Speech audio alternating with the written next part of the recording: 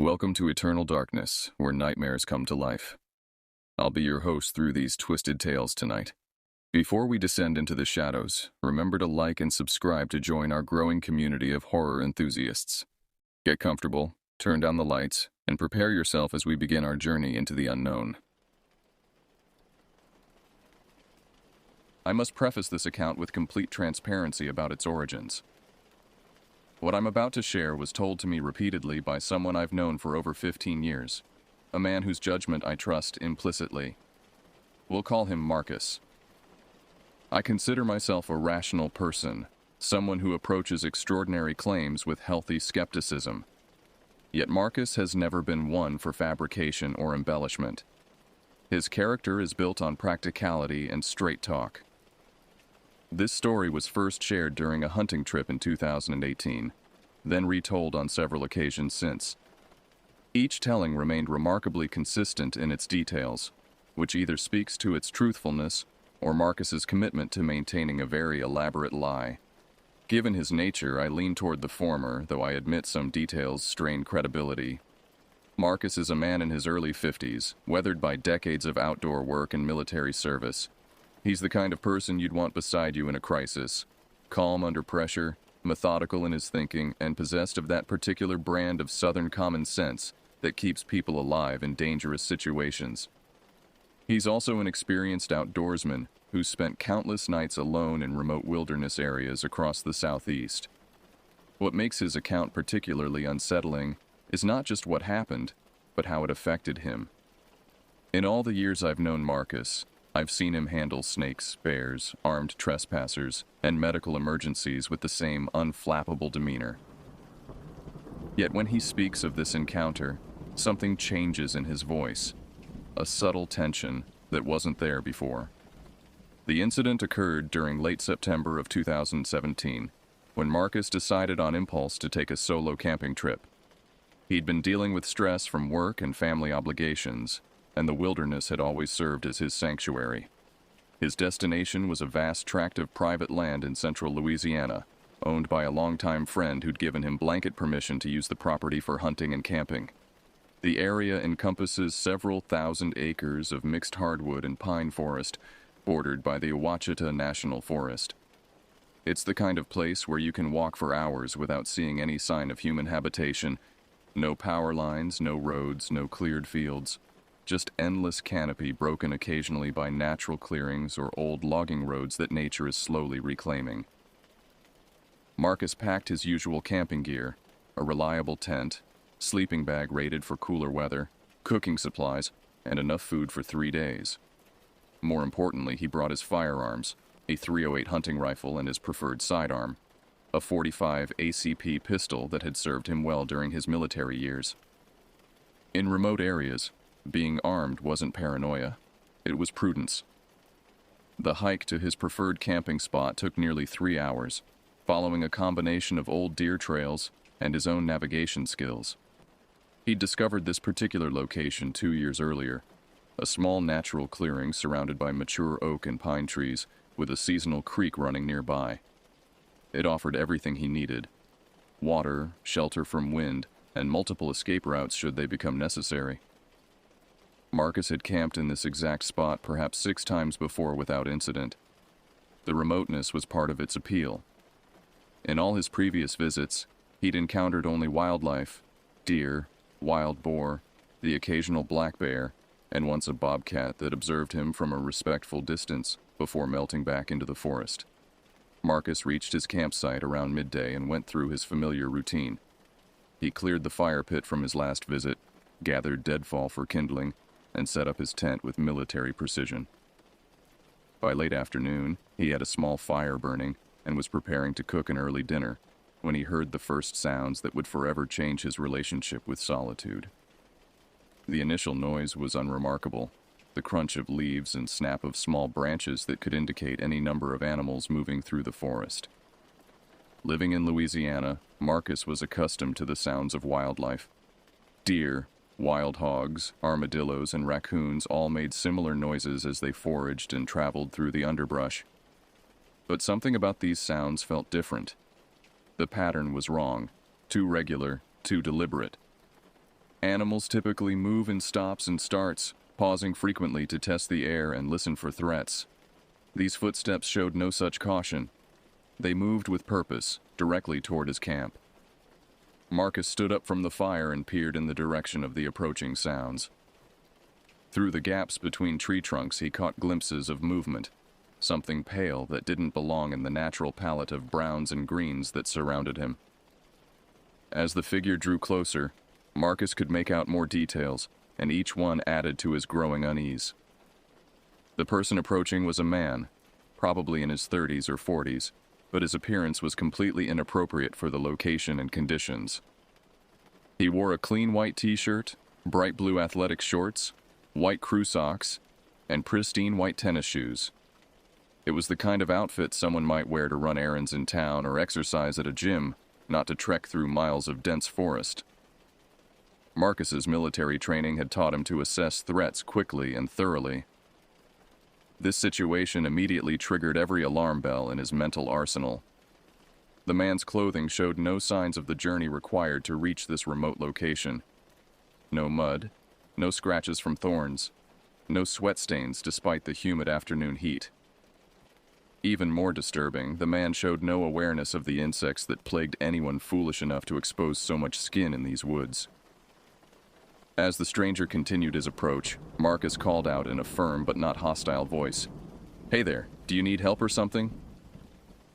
His words carried clearly through the still afternoon air, easily audible to anyone within 50 yards. Marcus positioned himself so he could move quickly toward his firearms if necessary, while maintaining a non-threatening posture. The man continued walking forward without acknowledgement, his gaze fixed directly on Marcus with an intensity that felt predatory. This lack of normal social response deepened Marcus's concern. In his experience, people encountered in remote areas typically responded to greetings with either friendly acknowledgement or nervous caution. Complete silence was rare and usually indicated mental impairment, intoxication, or malicious intent. When the distance between them had closed to approximately 20 feet, Marcus tried again, raising his voice to ensure he was heard. "Hey, man, can I help you with something or what?" Still no normal response. The stranger stopped at the edge of the clearing, perfectly positioned between two large pine trees, and simply stared. Then, in a voice that immediately struck Marcus as wrong, the man spoke two words: "Help me." The phrase itself was unremarkable, but everything about its delivery was disturbing. The voice didn't match the speaker. It was distinctly feminine, with a higher pitch and different intonation than what Marcus would expect from a man of this apparent age and build. Even more unsettling was the mechanical quality of the speech, as if the words had been recorded and were being played back through some hidden device. Marcus watched the man's mouth movements carefully, a skill developed through years of hunting where reading animal behavior could mean the difference between success and failure. The stranger's lips moved, but the timing was off. The mouth opened and closed in a vague approximation of speech, but the precise movements required for clear articulation weren't there. It was as if someone had learned what talking looked like, but not how it actually worked. "Help me," the man repeated, this time with slightly more emphasis but the same unnatural quality. Marcus felt his skin crawl, an involuntary physical response to something his subconscious recognized as fundamentally wrong. Marcus asked, "What do you need help with?" while carefully maintaining his position and keeping his hands free. He had already mentally located his .45, which lay within easy reach on his camp table. Years of training had taught him to prepare for the worst while hoping for the best. The response was exactly what Marcus had begun to fear. "Help me," repeated in that same feminine, artificial tone. The stranger showed no indication of hearing or understanding Marcus's question. Instead, he began repeating the phrase over and over, like a broken recording stuck on the same loop. With each repetition, the words grew slightly louder and more insistent, but the mechanical quality never changed. Marcus realized he was dealing with something far outside the range of normal human behavior. Whether the cause was mental illness, drug intoxication, or something else entirely. The situation had moved beyond his comfort zone. "All right, you need to go now unless you actually need my help," Marcus said firmly, letting authority creep into his voice. He followed with a direct question. "Do you need my help, or not?" The stranger's response was to continue the verbal loop while taking a step forward. This movement toward Marcus, despite clear verbal warnings, triggered his military training. In hostile situations, failure to respect verbal commands often preceded physical violence. Marcus could not allow this person to get any closer. Drawing his .45 from the table, Marcus pointed it directly at the stranger's center mass and delivered a final warning. "You need to go. I don't care what you want." Instead of backing down, the man became more animated, his voice rising in volume while maintaining that disturbing artificial quality. The repetition of "help me" became almost frantic, but he neither advanced nor retreated. Marcus found himself in an impossible situation, faced with someone who appeared threatening but might simply be mentally disturbed. Making a decision that would haunt him for years to come, Marcus fired a single round into the ground approximately 3 feet in front of the stranger. The .45's report echoed through the forest, sharp and unmistakable. Marcus expected this show of force to either scare the person away or shock him back to normal behavior.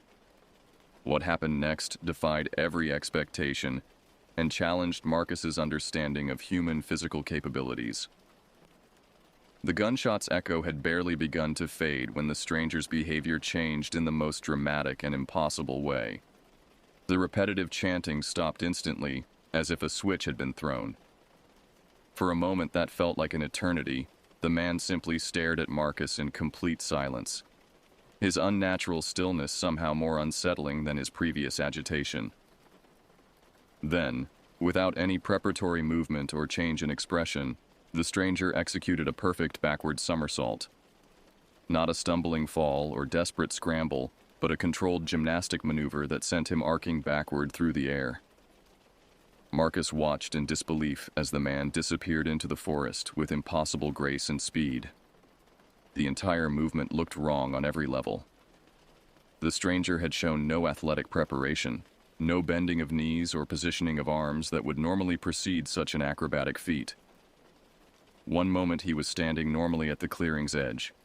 The next he was airborne, rotating backward with mechanical precision before vanishing into the dense underbrush. Marcus remained frozen in position, his .45 still pointed toward where the man had been standing. His mind struggled to process what he had witnessed. The backward flip hadn't looked like any gymnastic move he'd ever seen. It resembled more the sudden recoil of a compressed spring being released, as if some invisible force had yanked the stranger backward into the forest. Even more disturbing was the complete absence of sound following the man's disappearance. In thick forest, any rapid movement generates noise, branches breaking, leaves rustling, footfalls on the forest floor. Large animals crashing through underbrush create substantial disturbance that can be heard for minutes afterward. Yet after the stranger's impossible exit, the forest had returned to complete silence. Marcus waited, weapon ready, scanning the tree line for any sign of movement or indication of where the man had gone. Nothing. It was as if the entire encounter had been a hallucination, except for the lingering smell of gunpowder from his discharged round and the metallic taste of adrenaline in his mouth. As minutes passed without further incident, Marcus began to question his own perceptions. Had the backward flip been as dramatic as it seemed, or had fear and adrenaline distorted his memory? Could a desperate person, sufficiently motivated by the gunshot, perform such a maneuver? His rational mind wanted to find conventional explanations, but his eyes had seen what they had seen. Despite every instinct screaming at him to pack up and leave immediately, Marcus made the decision to stay. Partly this came from stubborn pride. He refused to be driven from his favorite camping spot by what might have been an elaborate prank or the ravings of a disturbed individual.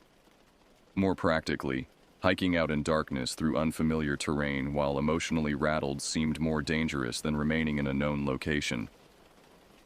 He spent the remaining daylight hours in a state of hypervigilance, constantly scanning the forest perimeter while going through the motions of normal camping activities. He cooked dinner, maintained his fire, and organized his gear, but every action was performed with one eye on the tree line and his .45 within immediate reach. As darkness fell, the normal sounds of the forest resumed.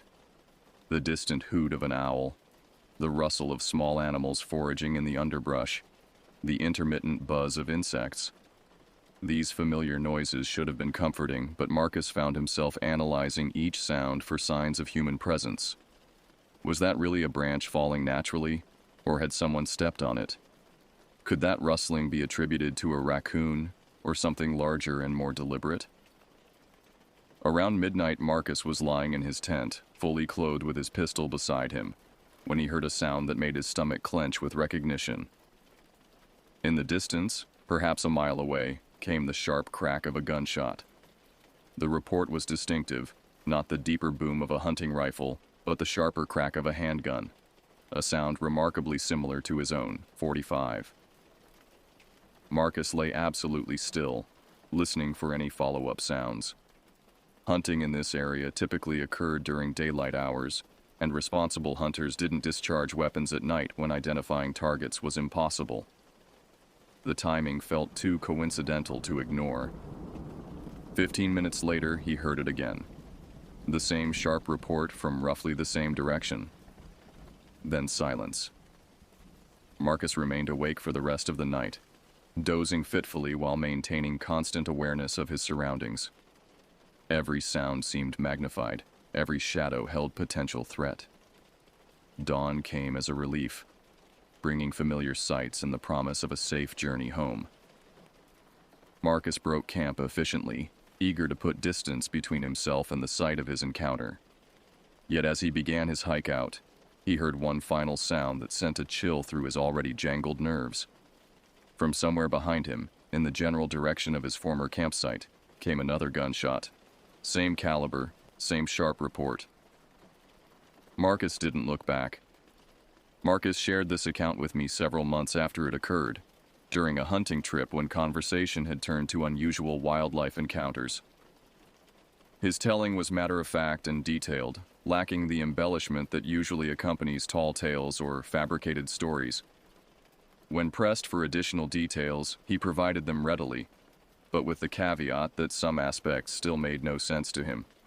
The feminine voice coming from a male speaker particularly disturbed him.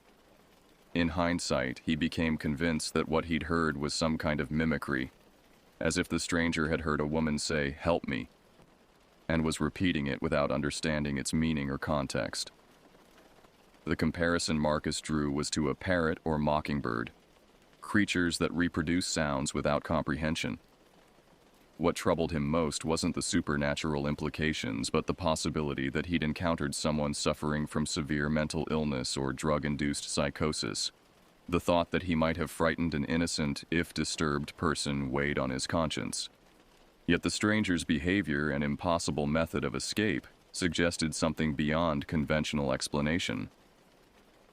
Following this encounter, Marcus researched the history of the area extensively. Central Louisiana has a rich tradition of folklore involving unexplained phenomena, much of it rooted in Native American traditions that predate European settlement by centuries. Stories of mimics, shapeshifters, and other entities that blur the line between human and animal appear throughout regional folklore. Marcus found several documented accounts of similar encounters, people in remote areas approached by individuals whose behavior seemed fundamentally wrong, who repeated phrases and voices that didn't match their appearance, and who disappeared in ways that defied physical possibility. While none of these accounts could be verified independently, their consistency across decades and different locations suggested a pattern worthy of consideration. Whether Marcus encountered something genuinely unexplained, a person suffering from severe psychological disturbance, or simply experienced a series of coincidences that his mind assembled into a coherent but false narrative, I cannot say with certainty. What I can attest to is that the experience profoundly affected someone I've known to be unshakable in the face of genuine danger. Marcus has returned to the same property multiple times since that September evening, though never to that specific campsite. He reports no further unusual encounters, yet he admits that his relationship with solitude in the wilderness has changed forever. Sometimes, he says, the silence feels too complete, as if the forest itself is holding its breath, waiting for something to emerge from the shadows between the trees. The truth remains unknowable, buried somewhere in the vast wilderness of central Louisiana, where conventional explanations go to die and ancient mysteries still walk the earth.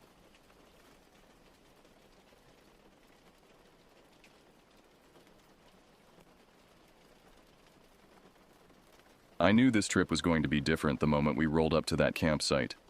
The place was massive, so big that before we arrived, nobody had fully mapped it out.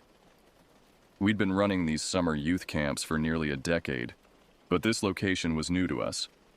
A last-minute change after our usual grounds had been closed for renovations. The dense forest sprawled in every direction, endless rows of towering pines creating a natural labyrinth that seemed to swallow the horizon. Normally, we perform a thorough sweep to mark any hazards and identify where curious children might wander off. This time, the sheer scale made that impossible, and it immediately put me on edge. "Jack," I called to my co-leader, who was already unloading supplies from our van. "Have you seen how far these woods extend? I'm not sure our usual boundaries are going to work here." Jack shrugged, seemingly unconcerned. "We'll make it work, Sam. The kids will be fine as long as we establish clear rules." The kids, of course, found it all thrilling. 28 children between ages 8 and 10 buzzing with that bright-eyed energy that only comes from fresh air and the promise of running around semi-unsupervised. They poured from the vehicles, immediately scattering like marbles on concrete, pointing at birds and interesting trees, asking a million questions about what animals lived here and if we'd see bears. "Everyone gather around," I shouted over the excited chatter. "Before we do anything else, we need to set some ground rules." As they reluctantly formed a loose circle around me, I noticed one boy standing slightly apart, staring intently at something beyond the clearing. I followed his gaze but saw nothing unusual, just more trees, more shadows. "This place is enormous," I explained to their upturned faces. "So rule number 1 is nobody, and I mean nobody, goes into the woods alone. Always take a buddy and always tell an adult where you're going. Rule number 2, these whistles aren't toys." I held up the emergency whistle hanging around my neck. 3 short blasts means come back to camp immediately. Understood?" A chorus of bored agreement followed, the children already fidgeting, eager to explore. We pitched our tents in a clearing that looked reasonably safe, at least by daylight. The biggest worry I had at the time was a random root or hole someone might trip over. Still, something gnawed at me. I'd catch glimpses of movement at the edge of my vision, shadows dancing just beyond the tree line. Once or twice I turned too quickly, expecting to see an animal darting away. But nothing. As the day progressed, the feeling intensified. While helping a group of kids set up their tent, I noticed a strange arrangement of sticks about 50 yards into the forest. Too deliberate to be natural, forming what looked like a crude arrow pointing deeper into the woods. When I approached to investigate, the formation seemed less distinct, possibly just fallen branches that my anxious mind had organized into a pattern. I told myself I was just tired, or maybe feeling jumpy about the unknown. The last few months had been rough. My divorce had finalized just weeks earlier, and I'd thrown myself into camp preparations as a distraction. Perhaps the stress was finally catching up with me. By late afternoon, everything was set up. Tents erected in a rough circle around our central campfire area, supplies organized, and the kids settled into their temporary homes. I sat on a log, watching them play tag across the clearing, their laughter echoing against the trees. It should have been a peaceful moment. Instead, the unease lingered, intensifying as the sun began its descent. The forest seemed to darken prematurely, shadows stretching toward our camp like grasping fingers. I found myself repeatedly counting the children, making sure none had wandered off. 28. They were all accounted for. So why did I keep feeling like we were being watched? That evening, we gathered the kids to explain our big tradition, the night game. Typical camp scarefest. Each adult leader dons some haphazard monster costume, positions themselves along a designated path, and leaps out at unsuspecting 8 to 10-year-olds. The kind of thing that always gets them shrieking, then giggling like crazy. We'll split you into groups of 4, I explained, trying to muster enthusiasm despite my lingering unease. Each group gets 1 flashlight. You follow the marked trail, and I mean stay exactly on that trail, looking for 5 hidden tokens. The first team to collect all 5 and make it back wins extra dessert tomorrow. The kids erupted in excited chatter, already forming alliances and strategizing. But as I handed out flashlights and set the ground rules like absolutely don't leave the trail unless you want to end up lost for hours, I felt my nerves cranking up another notch. I tried to hide it behind a grin. "Sam, you okay?" asked Valerie, another leader, as she adjusted her ridiculous werewolf mask. "You seem distracted." "I'm fine," I lied. "Just want to make sure everything goes smoothly." The setting sun had transformed the forest into a wall of darkness, broken only by our campfire and the beams of our flashlights. As the other leaders prepared their costumes and hiding spots, I took a final walk around the perimeter of our campground, checking the trail markers, strips of reflective tape we'd attached to trees at regular intervals. When I reached the furthest point from camp, where the trail curved back toward the clearing, I paused. In the distance, barely visible, was a pinprick of light. A flashlight? It couldn't be one of ours. All the other leaders were still at camp, and the game hadn't started yet. I stared, trying to determine its source, but the light vanished as suddenly as it had appeared. Maybe another camper? The ranger had mentioned there might be other groups in the area, though he'd said the nearest campsite was miles away. By the time I returned, the game was about to begin. I quickly donned my costume, a shabby ghost outfit made from an old sheet with eye holes cut out, and took my position along the trail. I chose this open patch of forest to do my part. It was ideal for breaking into a sprint whenever I spotted a group approaching, barely any underbrush or brambles to trip over. But with no bushes or rocks to hide behind, I had to switch off my flashlight or risk blowing my cover. The darkness there felt thicker somehow, almost suffocating. I found a spot behind a large oak tree and waited, listening to the distant sounds of children's excited voices as the first group set out. Time passed slowly. I heard occasional screams and laughter from elsewhere on the trail as my colleagues performed their roles. Several times I swore I saw a figure my size slip between the trees nearby. Each time I flicked on my light, expecting to catch one of the other leaders pulling a fast one on me. Not once did I see a single soul. Finally, I heard approaching footsteps and voices. One of the groups was coming. I switched off my light and pressed myself against the tree, ready to jump out at the perfect moment. But then I heard something else. Rustling in the underbrush from the opposite direction, followed by a strange tapping sound. I hesitated, momentarily forgetting my role in the game. The children's voices grew closer, but my attention was fixed on that odd tapping. It reminded me of woodpeckers we'd heard earlier in the day, but slower, more deliberate. Right when I was about ready to abandon my post and investigate, I glimpsed someone near a large trunk about 20 yards away. At first, relief rushed through me. Finally, I'd caught my prankster in the act. I flipped on the beam to let them know they were busted. But what the light showed was all wrong. Whoever stood there wore a tattered burlap sack, stained dark in patches, draped over their body like a crude robe. They had a bunch of plastic bags wrapped around their head like a makeshift hood, bound with what looked like fishing line. The person's arms and legs were caked in dried mud, and there was this repeated sound like a gentle knocking. It took me a second to realize he was tapping his forehead into the tree trunk over and over. I tried calling out, thinking maybe it was a messed up costume or somebody fooling around. But he didn't answer. He just paused that head tapping and turned in my direction, taking a slow, deliberate step toward me. Something told me this was no friend.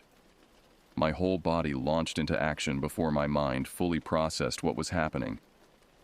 I tore away from that clearing, branches snapping under my shoes, leaves rustling as I barreled through like a runaway train. Behind me, I heard the children's approaching voices suddenly shift from excitement to confusion as I crashed past them, still wearing my ghost costume. I should have stopped. I should have turned around and escorted them back to camp. But raw fear propelled me forward.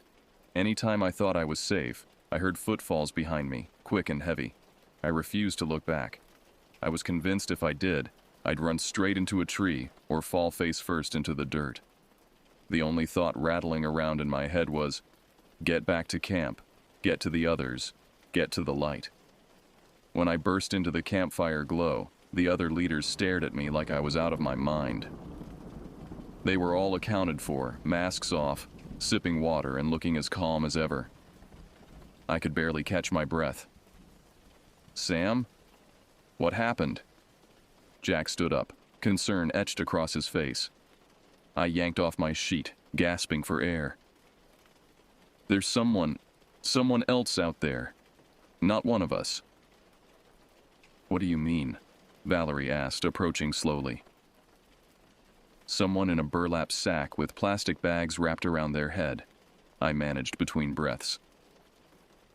They were tapping their head against a tree and then they came after me. The others exchanged glances. Are you sure it wasn't one of us? Jack asked gently. We all have costumes on. I looked around at them. No one seemed winded, let alone coated in filth or wearing anything like that hideous burlap getup. They tried reassuring me, saying maybe I'd just spotted a trick of moonlight or a wandering camper from another group. The kids, I suddenly remembered. I ran past a group of kids. We need to make sure they're okay. Jack nodded, immediately taking charge. Valerie, stay here with Sam. The rest of us will check the trail and bring all the groups back. Game's over for tonight. As they disappeared into the darkness with their flashlights, I sank onto a log, my hands trembling. As much as I wanted to believe I'd imagined it all, I knew what I'd seen. It was enough to keep me up half the night, ears straining for any sound that hinted we weren't alone in that massive stretch of forest. The morning came way too early. I dragged myself out of my sleeping bag, exhausted from a night of fitful sleep punctuated by every snapping twig and rustling leaf. The camp was already buzzing with activity, children queuing for breakfast, leaders organizing the day's activities. I half expected to see the rest of the group gossiping about my late-night meltdown, but most of them were already busy corralling the kids. Nobody was pointing fingers or making jokes yet. Jack approached as I was pouring myself coffee from the percolator balanced on the cooking grate. Rough night? He asked, his tone carefully neutral. I nodded, not ready to rehash my experience. All the kids are accounted for, he continued. Everyone made it back safely last night. No one saw anything unusual except for, well, you running through the woods like you'd seen a ghost. He paused. Or were one, I guess, considering the costume. I know what I saw, Jack. He held up his hands defensively. I'm not saying you didn't see something, just that everyone else is fine, and we should probably focus on giving these kids the camp experience they signed up for. He was right, of course. Whatever had happened, my first responsibility was to these children. I nodded and forced a smile, promising to pull myself together. But throughout breakfast, as I helped dish out oatmeal and fruit, I couldn't shake the image of that figure. The way it had deliberately tapped its head against the tree trunk. The deliberate step it had taken toward me. When the meal was over and the kids were divided into activity groups, some going fishing at a nearby stream, others starting a nature scavenger hunt, I knew I couldn't just brush off what happened. Maybe there was a dangerous stranger out there, a lost hiker who needed help, or something worse. I cornered Valerie, a friend who'd known me long enough to trust I wasn't making up tall tales. I laid it all out again. The ragged burlap, the plastic around the head, the frantic chase through the trees. Her eyes got bigger with every detail, and I could see a flicker of worry replace her usual calm. "Do you think we should call it in?" she asked quietly. "Call what in? That I saw someone weird in the woods? They'd laugh us off." "Not if we find evidence," she suggested. "If there's really someone out there, they might have left traces." We decided to sneak off after the kids were occupied with arts and crafts. No sense in alerting them or risking a full-blown panic. Jack agreed to cover for us, though I could tell he thought we were overreacting. Walking back into the woods felt like stepping into a different world. In daylight, the place looked calmer, sunlight filtering through the canopy, birds chirping overhead, occasional squirrels darting across our path. But I still couldn't shake the tension winding itself around my nerves. Every snapped twig made me jerk my head around. Every brush of a branch against my sleeve had me bracing to run again. Valerie tried to keep conversation light, talking about mundane stuff just to fill the silence. But my focus was on finding that clearing, the exact spot where I'd seen him. "I think it was around here," I said as we approached a familiar-looking oak. I was hiding behind this tree, waiting for the kids. We scanned the area, looking for any sign of disturbance. Unusual footprints, broken branches, discarded items. Nothing seemed immediately out of place. "And you said the figure was by another tree?" Valerie prompted. I nodded, turning slowly to orient myself. "Over there, I think. By that larger trunk." When we finally found the tree, I recognized it by a jagged chunk of bark near the base, a detail I'd noticed only because I'd briefly shown my flashlight there the night before. There weren't obvious footprints or signs of a struggle, which was odd considering all the thrashing around I'd done during my escape. For a second, I worried I dragged my friend out here for nothing, letting my own nerves spin a wild story.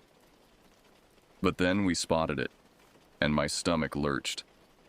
A rabbit nailed to the trunk about 4 feet up. It had been skinned, its pink flesh exposed to the elements and now rotting in the heat. The stench was indescribable, some foul mix of decay and dried blood. My friend recoiled, swearing softly under her breath. I felt like my insides twisted into a knot. Anyone who'd do something like that wasn't just a prankster with a sick sense of humor. They were disturbed in a way that made my skin crawl. "We need to call someone," Valerie whispered, backing away from the gruesome display. I couldn't agree more. Anyone who'd do this to an animal could easily pose a danger to the children in our care. We hurried back to camp, both of us repeatedly glancing over our shoulders. The forest that had seemed so peaceful moments ago now felt hostile, as if hiding secrets in every shadow. We called the police using the camp's ancient radio phone, which crackled so badly I had to repeat myself 3 times. The dispatcher seemed unimpressed by our report, but promised to send someone to check it out. An hour later, 2 officers rolled up in a mud-splattered patrol car, neither looking thrilled about trudging into the woods. One was older, heavy-set with a salt and pepper mustache, the other younger and rail-thin with a perpetually bored expression. "So, you folks found something concerning in the woods?" the older officer asked after brief introductions. We led them to the tree with the rabbit. The carcass was still there, flies now buzzing around it in a frenzy. The officers examined it with flashlights, the younger one taking photos with a digital camera.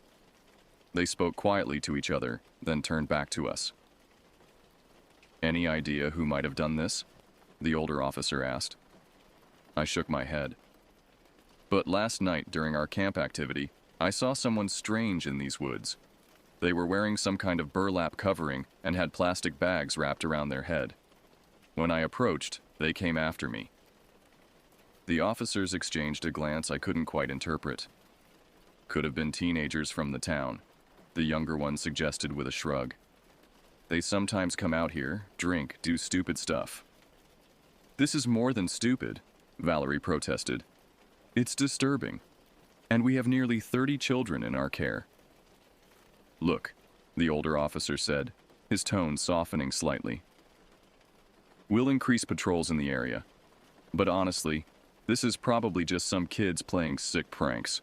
The rabbit is disturbing, yes, but not necessarily dangerous to humans. I wanted to argue, to make them understand that whatever I'd seen wasn't just rowdy teenagers, but their minds seemed made up. They took a couple more photos, wrote a few notes in small flip books, and promised to look into it. As they walked away, the younger officer turned back. You might want to consider moving your camp elsewhere if you're concerned. These woods are pretty isolated. That wasn't an option, and they knew it. We'd already paid for the permits, and finding a new location on such short notice would be impossible. For the rest of the day, I couldn't focus on anything else. I helped the kids make nature collages and watched them run relay races, always keeping an ear out for odd sounds beyond the tree line. Every rustle of branches had me on edge, imagining burlap and plastic lurking just out of sight. The other leaders noticed my jumpiness but didn't press. Maybe they sensed how seriously rattled I was. No more sightings came. No screeching from a stranger in the woods. No footprints leading into our camp. Part of me felt relief. But another part grew more uneasy, wondering where that person went, and if they'd resurface when we least expected it. The second night passed without incident, though I barely slept. Every noise from the forest jolted me awake. An owl's hoot, a distant rustling, the occasional crack of a branch under the weight of some nocturnal animal. By morning, my eyes felt like they'd been rubbed with sandpaper. I was filling my mug with coffee when Jack appeared at my side. "We've got a problem," he said quietly, steering me away from the children gathered around the breakfast table. "Maddie's missing." My heart sank. Maddie was one of the youngest campers, a quiet 9-year-old with glasses too big for her face and a habit of collecting interesting rocks. "What do you mean, missing?" I hissed, immediately scanning the campsite as if she might materialize among the morning chaos. Her tent mates say she was there when they fell asleep, but her sleeping bag was empty this morning. We've checked all the tents, the washrooms, everywhere. A cold sensation spread through my chest. "Have you called it in yet?" He shook his head. "Wanted to do one more thorough search first. Maybe she just wandered off to explore. After everything that's happened?" I couldn't keep the edge from my voice. Jack gave me a warning look. "Let's not panic the others. You take the east side of camp, I'll go west. Valerie's checking the path to the stream. Meet back here in 20. We split up, calling Maddie's name at regular intervals, trying to sound casual rather than frantic. I searched through the underbrush, behind every tent, even in the storage containers where a small child might hide. Nothing.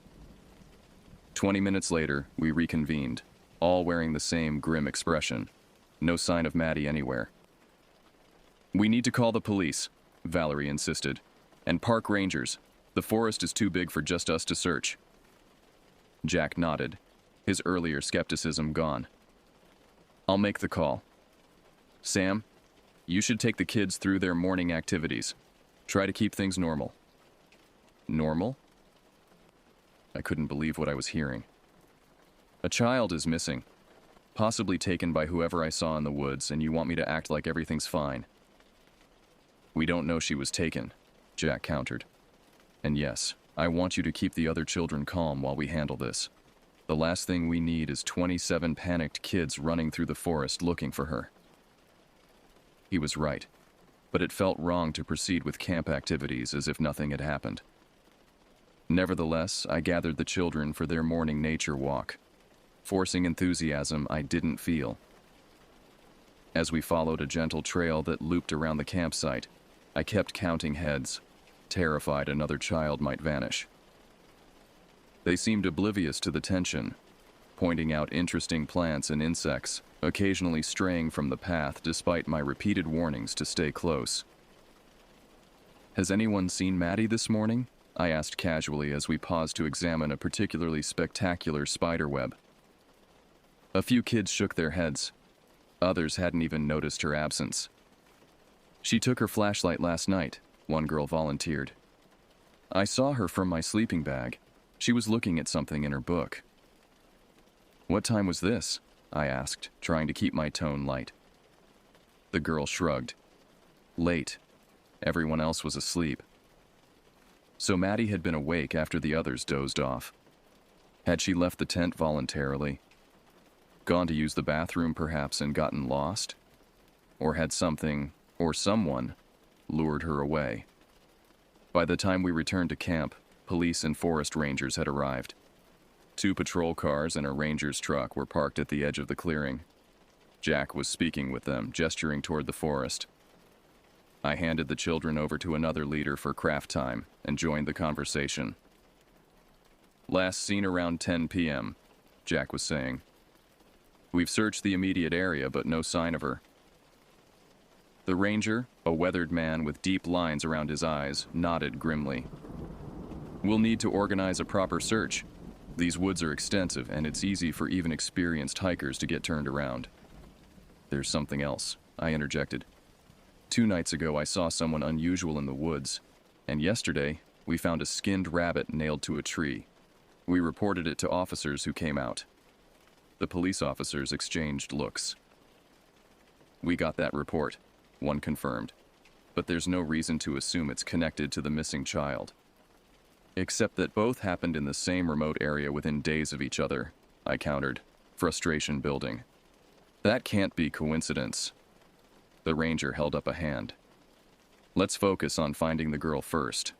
If she simply wandered off, she's been out there for hours, possibly overnight. That's our priority. They organized a search grid, dividing the forest into sections. 2 officers would stay with the children while the rest of us spread out to look for Maddie.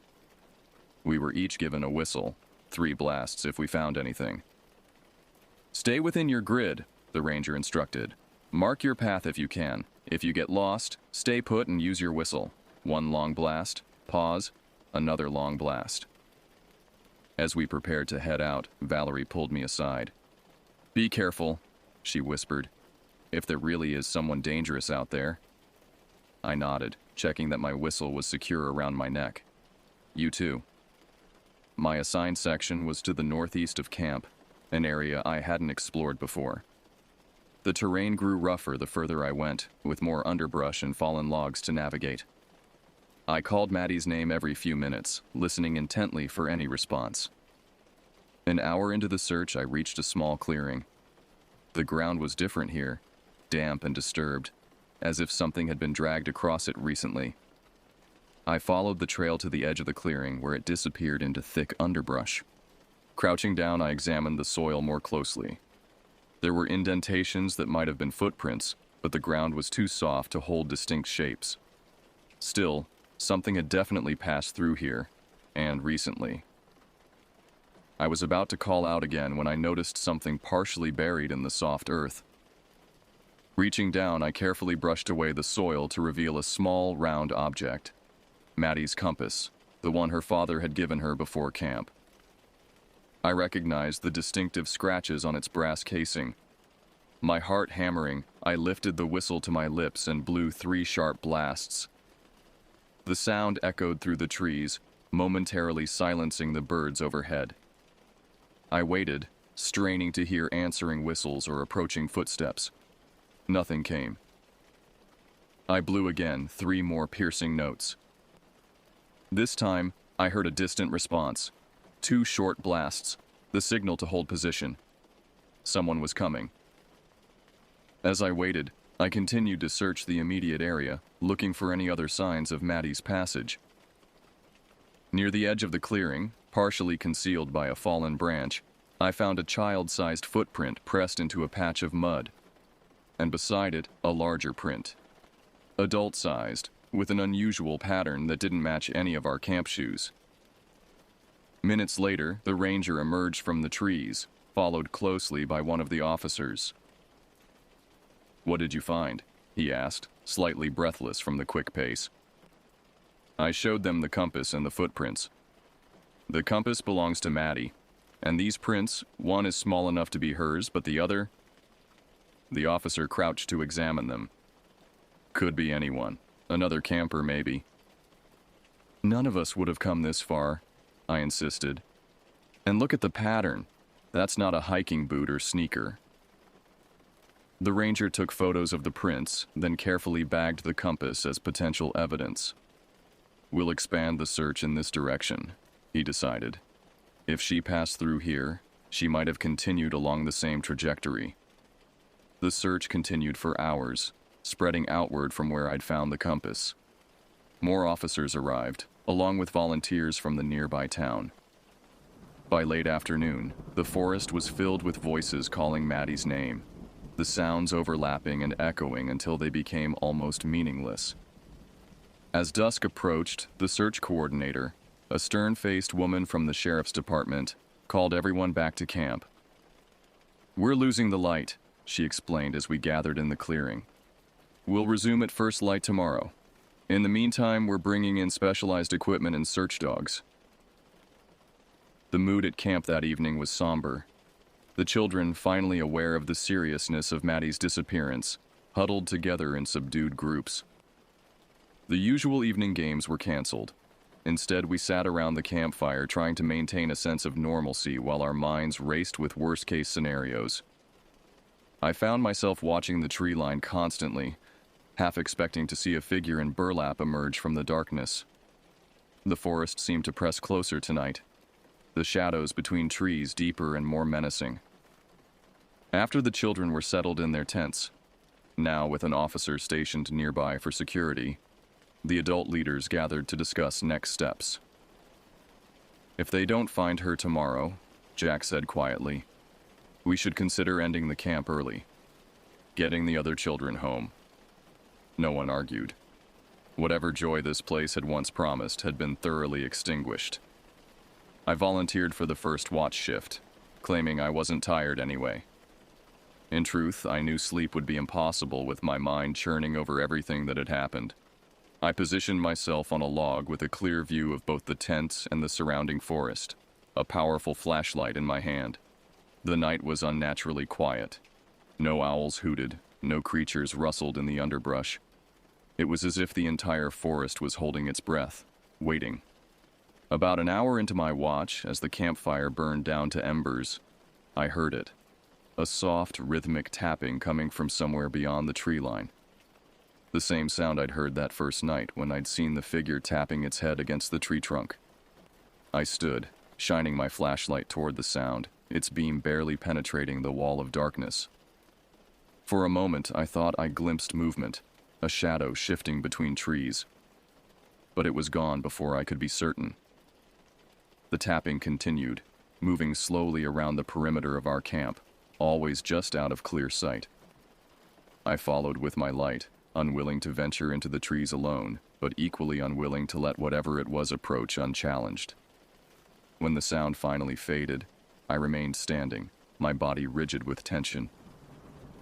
Something told me that whatever I'd heard wasn't just passing by. It was watching. Waiting.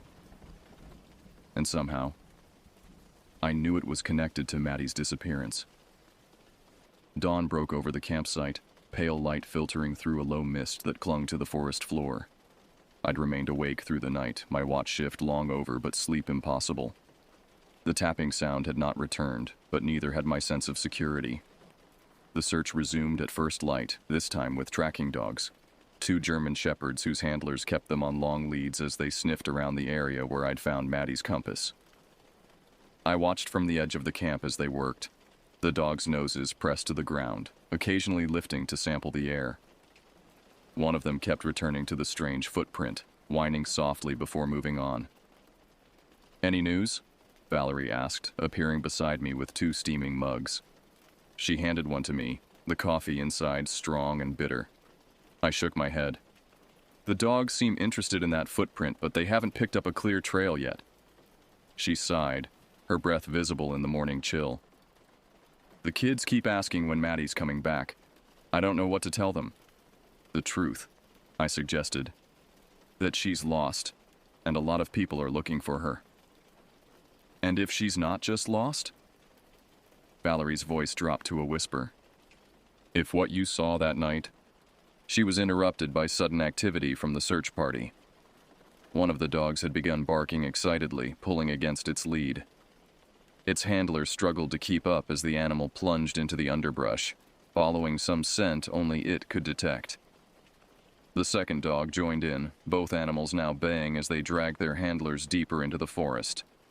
Several officers followed, crashing through the vegetation with far less grace than the canines. "Should we?" Valerie began. "Stay here," Jack instructed, appearing behind us. "They'll signal if they find anything. Our job is to keep the camp running." I wanted to argue, to insist on joining the search, but he was right. We had 27 other children to care for, all of whom were frightened and confused by the sudden disruption to their summer adventure. The morning crawled by with agonizing slowness. We went through the motions of camp activities, nature walks close to camp, art projects, storytelling, but our attention was constantly divided, our ears straining for the sound of whistles or barking dogs. Around midday, a commotion at the edge of camp drew our attention.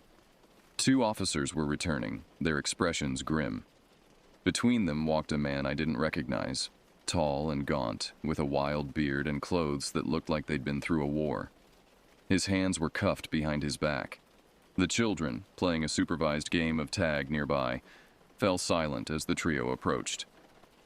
One of the officers directed the man to sit on a log, while the other came over to speak with us.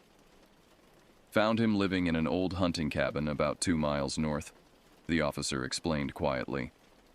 "Place is a mess. Looks like he's been squatting there for months. Possibly homeless, definitely not all there mentally." "Is there any sign of Maddie?" Jack asked. The officer shook his head. "Nothing at the cabin. But he matches the description you gave. Tall, unkempt. No burlap sack or plastic bags when we found him, though." I studied the man from a distance. He sat hunched on the log, muttering to himself, occasionally jerking his head as if responding to an unseen speaker. His boots were caked with mud, but from this distance, I couldn't tell if they matched the print I'd found.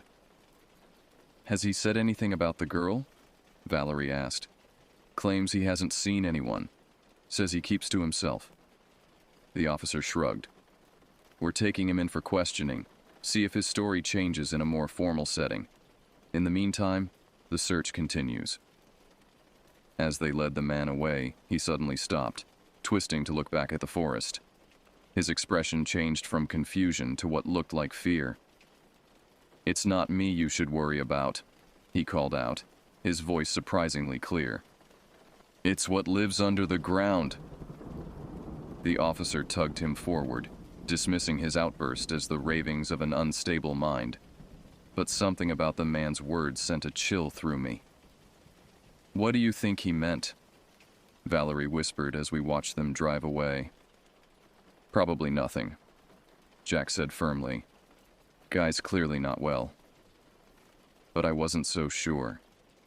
There had been something specific in his tone, something that sounded less like delusion and more like warning. After lunch, while the children were engaged in a massive game of capture the flag, heavily supervised by the remaining leaders, I approached one of the rangers who'd stayed behind to coordinate the ongoing search. "That man they found," I began. "Did he say anything else about what lives under the ground?" The ranger looked up from his map with a tired smile. "Don't put too much stock in that. Guy's been living rough for who knows how long. Probably has all sorts of fears and fantasies. But what if he knows something? What if there's some kind of, I don't know, cave system or old mine shaft where Maddie could have fallen?" The ranger considered this. "There are no official cave systems or abandoned mines on our maps. But these woods are old, and not every feature gets documented, especially on private land like this. Could we check? If there's even a chance she's somewhere underground." He sighed, rubbing his forehead. "I'll mention it to the search coordinator, but honestly, we're following the most likely scenarios first. That she wandered off and got lost, or..." He didn't finish the sentence. "Or was taken by someone," I mentally completed, like the figure I'd seen. The afternoon search turned up nothing new. By evening, the mood at camp had shifted from tense concern to a heavier dread. It had been over 24 hours since Maddie was last seen, a critical threshold in missing persons cases, especially for children. The search coordinator announced they were scaling back for the night but would resume with additional resources in the morning. Specialists were being called in, including a team with ground-penetrating radar that could detect anomalies beneath the surface. That night, none of us slept well. The children were subdued, many asking to call home. We'd already contacted all the parents, explaining the situation as delicately as possible.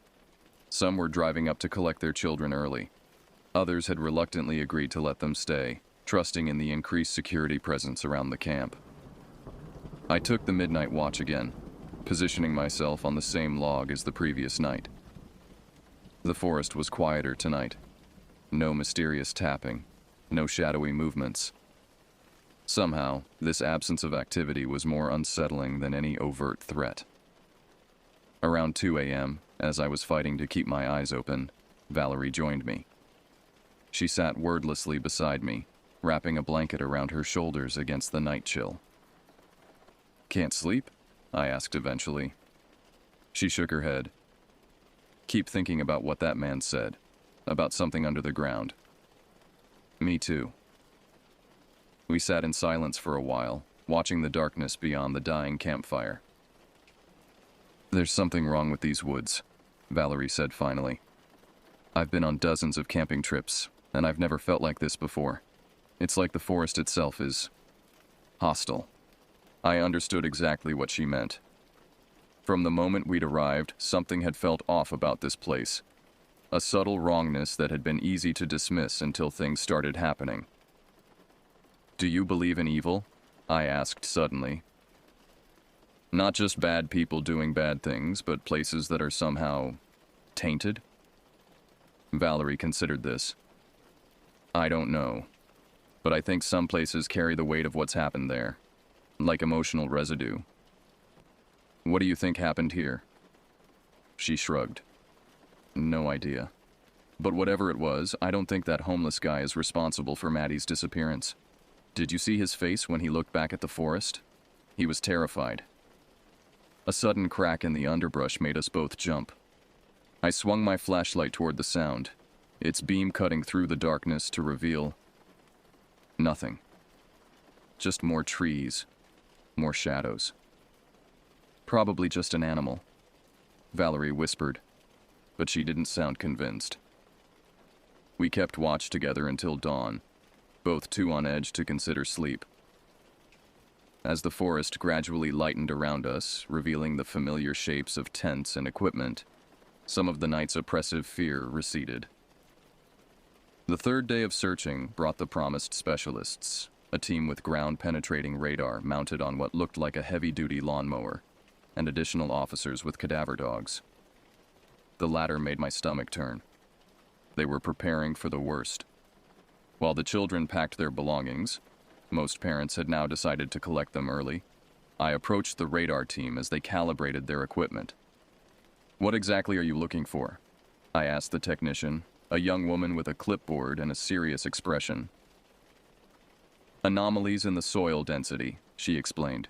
"Disturbed earth, hollow spaces, that sort of thing. If there are caves or tunnels down there, we'll find them." "And other things?" I couldn't bring myself to be more specific. She understood. "Yes, if necessary." They began their survey near where Maddie's compass had been found, slowly pushing the radar unit in a grid pattern across the forest floor. The machine emitted a low hum as it worked, occasionally beeping when it detected something of interest. I should have been helping with the camp breakdown, but I couldn't tear myself away from the search. Something told me they were finally looking in the right place. After about an hour, the radar unit emitted a series of rapid beeps. The technicians huddled around a small screen, pointing and discussing something in low voices. "What is it?" I asked, approaching cautiously. "There's a void about 8 feet down," one of them explained, pointing to a dark area on the screen. "Too regular to be natural. Could be an old root cellar or storage space. Definitely man-made." The search coordinator was called over. After examining the findings, she ordered excavation equipment brought in. The location was marked with stakes and bright orange tape. "It'll take a few hours to get the equipment here," she told me. "You should focus on getting those kids safely away from this place." I nodded, but even as I turned to leave, something caught my eye. A disturbance in the soil near one of the marker stakes. Bending down, I brushed away some leaf litter to reveal what looked like the edge of a wooden board, weathered and partially rotted. "There's something here," I called out, continuing to clear away debris. More of the board became visible, and beside it, what appeared to be a metal handle embedded in the ground. The coordinator hurried over, dropping to her knees beside me. Together, we cleared more of the area, revealing what was unmistakably a trap door, camouflaged by years of accumulated soil and vegetation. "Get back," she ordered, standing and unholstering her weapon. She keyed her radio, calling for immediate backup. Within minutes, 4 officers had surrounded the trapdoor, weapons drawn.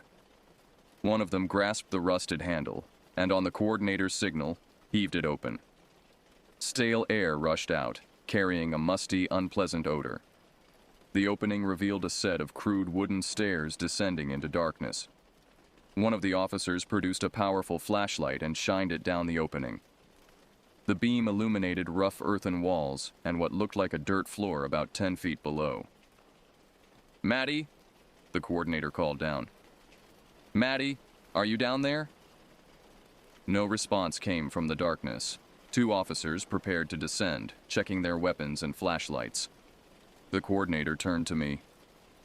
"You need to go back to camp now," she said firmly. "This is an active investigation scene." I wanted to protest, to insist on going down with them, but the rational part of my brain knew she was right. I was a camp counselor, not law enforcement. If Maddie was down there, if anyone was down there, the officers were better equipped to handle the situation. With reluctance, I returned to camp, where the first parents were already arriving to collect their children. The atmosphere was tense, parents hugging their kids tightly, shooting worried glances toward the forest where the search continued. I helped load bags into cars, answered questions as best I could, and tried to maintain a calm demeanor despite the knot of anxiety in my stomach. What was happening at the trapdoor? Had they found Maddie? Or something worse? Hours passed with no news. By mid-afternoon, most of the children had gone, collected by worried parents who'd promised to keep them far away from unfamiliar forests in the future. Only a handful remained, waiting for parents traveling from farther away. Jack approached as I was helping the last group pack up their craft projects. "They found something," he said quietly, pulling me aside.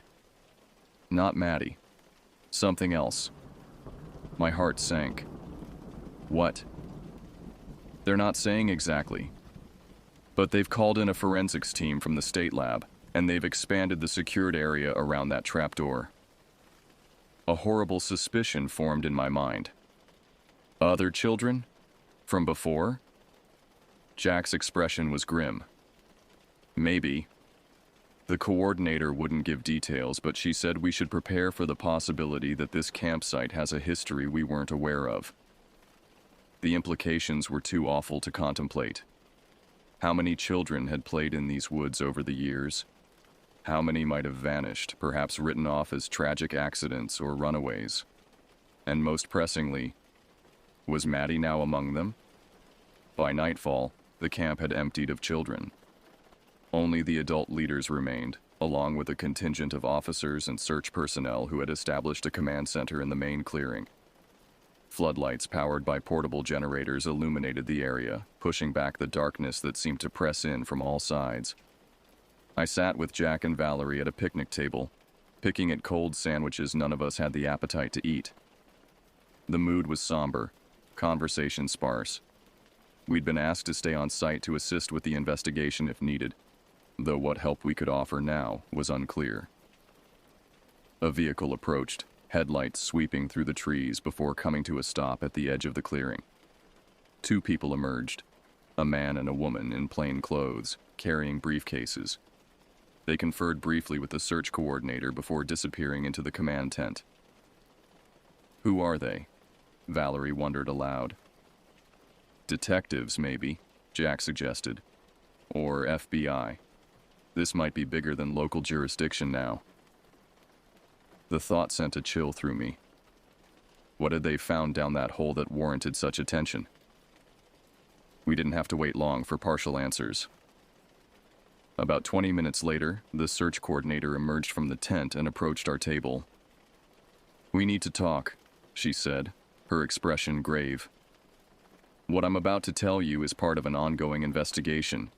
It doesn't leave this campsite, understood?" We nodded, bracing ourselves for the worst. "We found evidence of previous occupancy in the underground structure. It appears to be a man-made bunker or shelter, expanded from a natural cave formation. Based on various artifacts recovered, it's been in use periodically for at least 3 decades. "What kind of artifacts?" Jack asked. The coordinator hesitated. "Personal effects, clothing, items that suggest it was used to hold people against their will." The words landed like physical blows. I thought of the strange figure I'd seen, the skinned rabbit, the tapping sound in the night. "And Maddie?" Valerie's voice was barely audible. "No sign of her yet, but the structure is extensive, a network of tunnels and chambers. The search is ongoing." "What about the man you found yesterday?" I asked. "The one living in the cabin?" Being questioned. So far he maintains he knew nothing about the bunker, though he admits to hearing noises from underground sometimes. I remembered his warning. "It's not me you should worry about. It's what lives under the ground." "He tried to tell us," I said, in his way. The coordinator nodded grimly. "It's possible. We're still trying to determine his level of involvement, if any." She went on to explain that they'd be conducting a thorough sweep of the entire forest area over the coming days, using ground-penetrating radar to locate any additional underground structures. The investigation would likely continue for weeks, possibly months. "What happens now?" Jack asked. "With the camp, I mean." "This property is officially a crime scene. Obviously, your program here is terminated for the season. You'll be contacted if we need additional statements or information." After she left, the 3 of us sat in stunned silence, trying to process what we'd learned. The implications were horrifying, that these woods, which had seemed merely unsettling at first, might have been the site of unimaginable crimes spanning decades. "We should have known," Valerie said finally, her voice tight with emotion. "We should have sensed something was wrong with this place from the beginning." "How could we have known?" Jack countered. "The property passed all the official inspections. There was nothing in any record to suggest." "Sam knew," she interrupted, looking at me. "Sam felt it from the first day, and then saw whatever it was." I shook my head. I didn't know anything. I just had a bad feeling. If I'd known what was really happening, I would have gotten the kids out immediately. "It's not your fault," Jack said firmly. "None of this is on us. We followed protocols, reported what we saw, did everything by the book." But his reassurance felt hollow. A child was still missing, possibly more, if the evidence in the bunker was any indication. And we'd brought 28 innocent children to a place that harbored darkness beyond imagination. We were permitted to sleep in the large community tent that night, with officers stationed nearby. None of us expected to actually rest, but exhaustion eventually claimed us in the early hours of the morning. I dreamed of tunnels, endless, twisting passages carved into the earth, their walls damp and glistening in the beam of my flashlight. In the dream, I was searching for Maddie, calling her name as I navigated the labyrinth. Sometimes I heard responses, faint cries that seemed to come from everywhere and nowhere at once.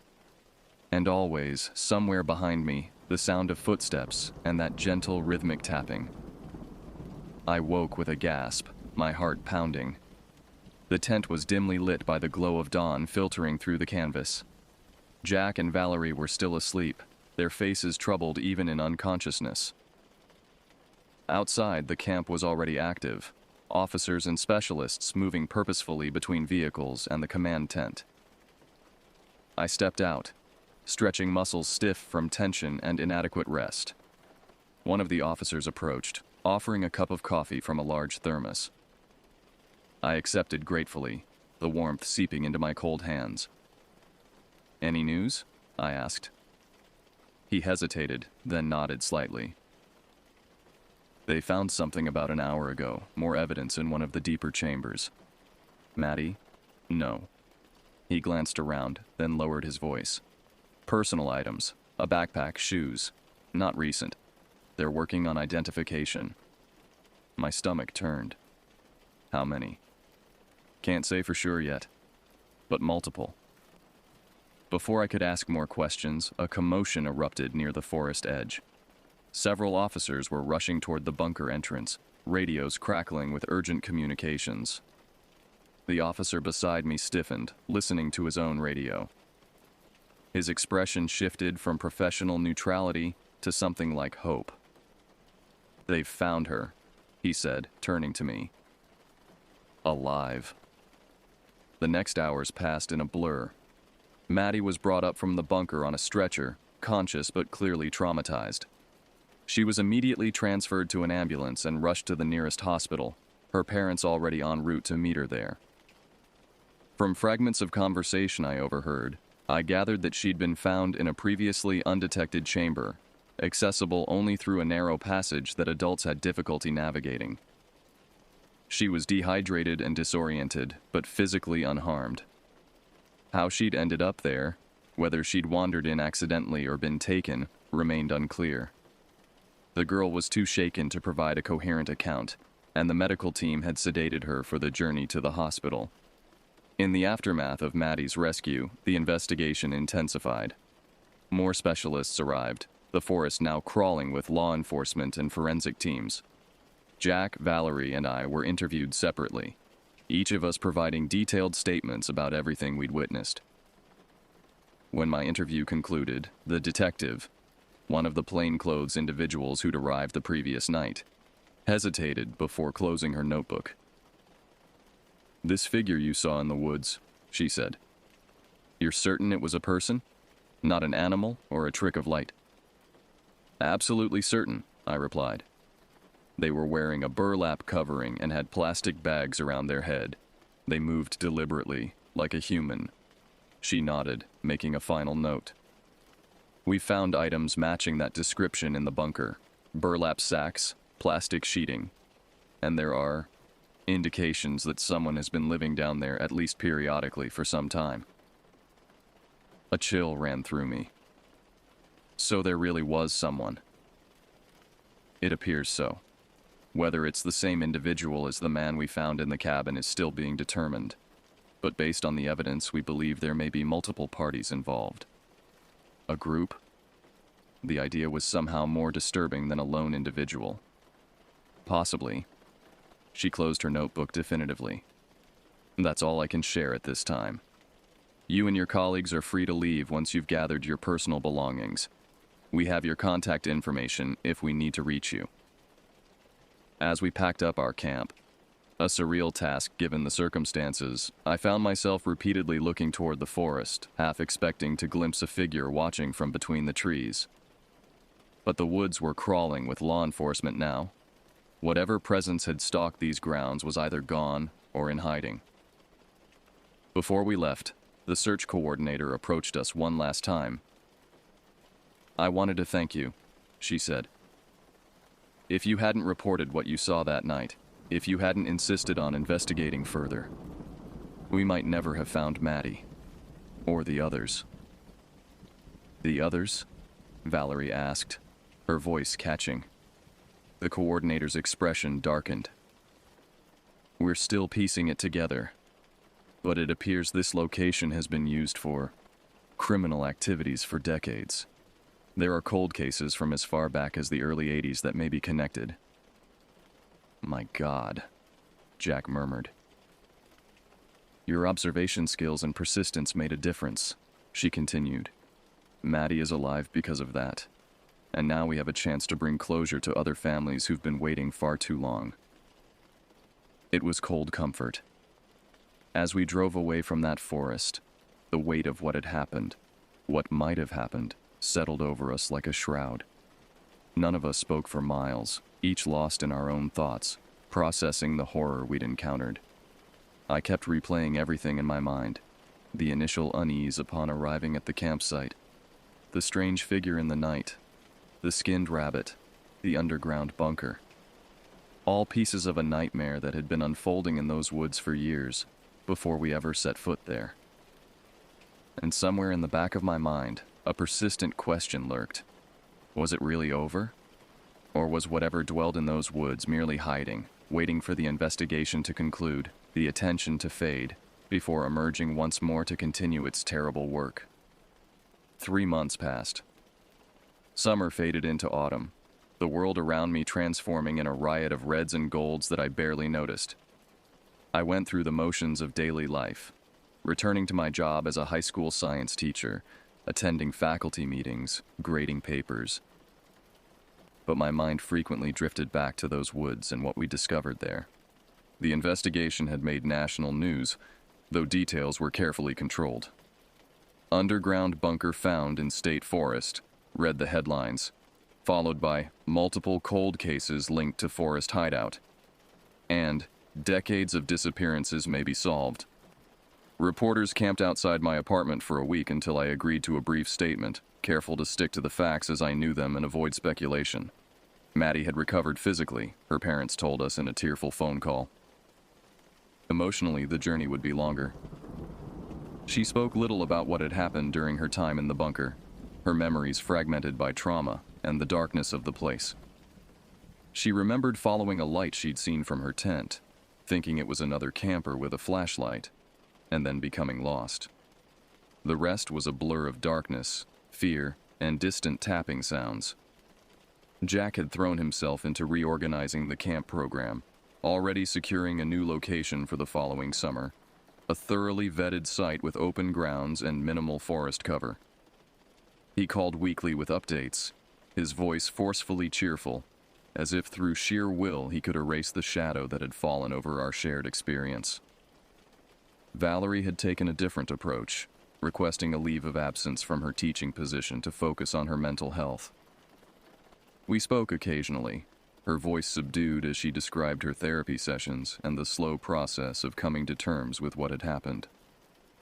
She'd started a support group for other camp leaders who'd experienced traumatic events, finding purpose in helping others navigate their own darkness. As for me, I existed in a state of suspended anxiety. I functioned, I worked, I maintained the appearance of having moved on. But inside, questions continued to plague me. What had we really encountered in those woods? Who, or what, was the figure I'd seen? And why couldn't I shake the feeling that it wasn't over? The police had been thorough in their investigation. The underground bunker yielded evidence linking it to at least 7 disappearances spanning 3 decades. Cold cases from across the state were being reopened, dental records compared with remains found in the deeper chambers.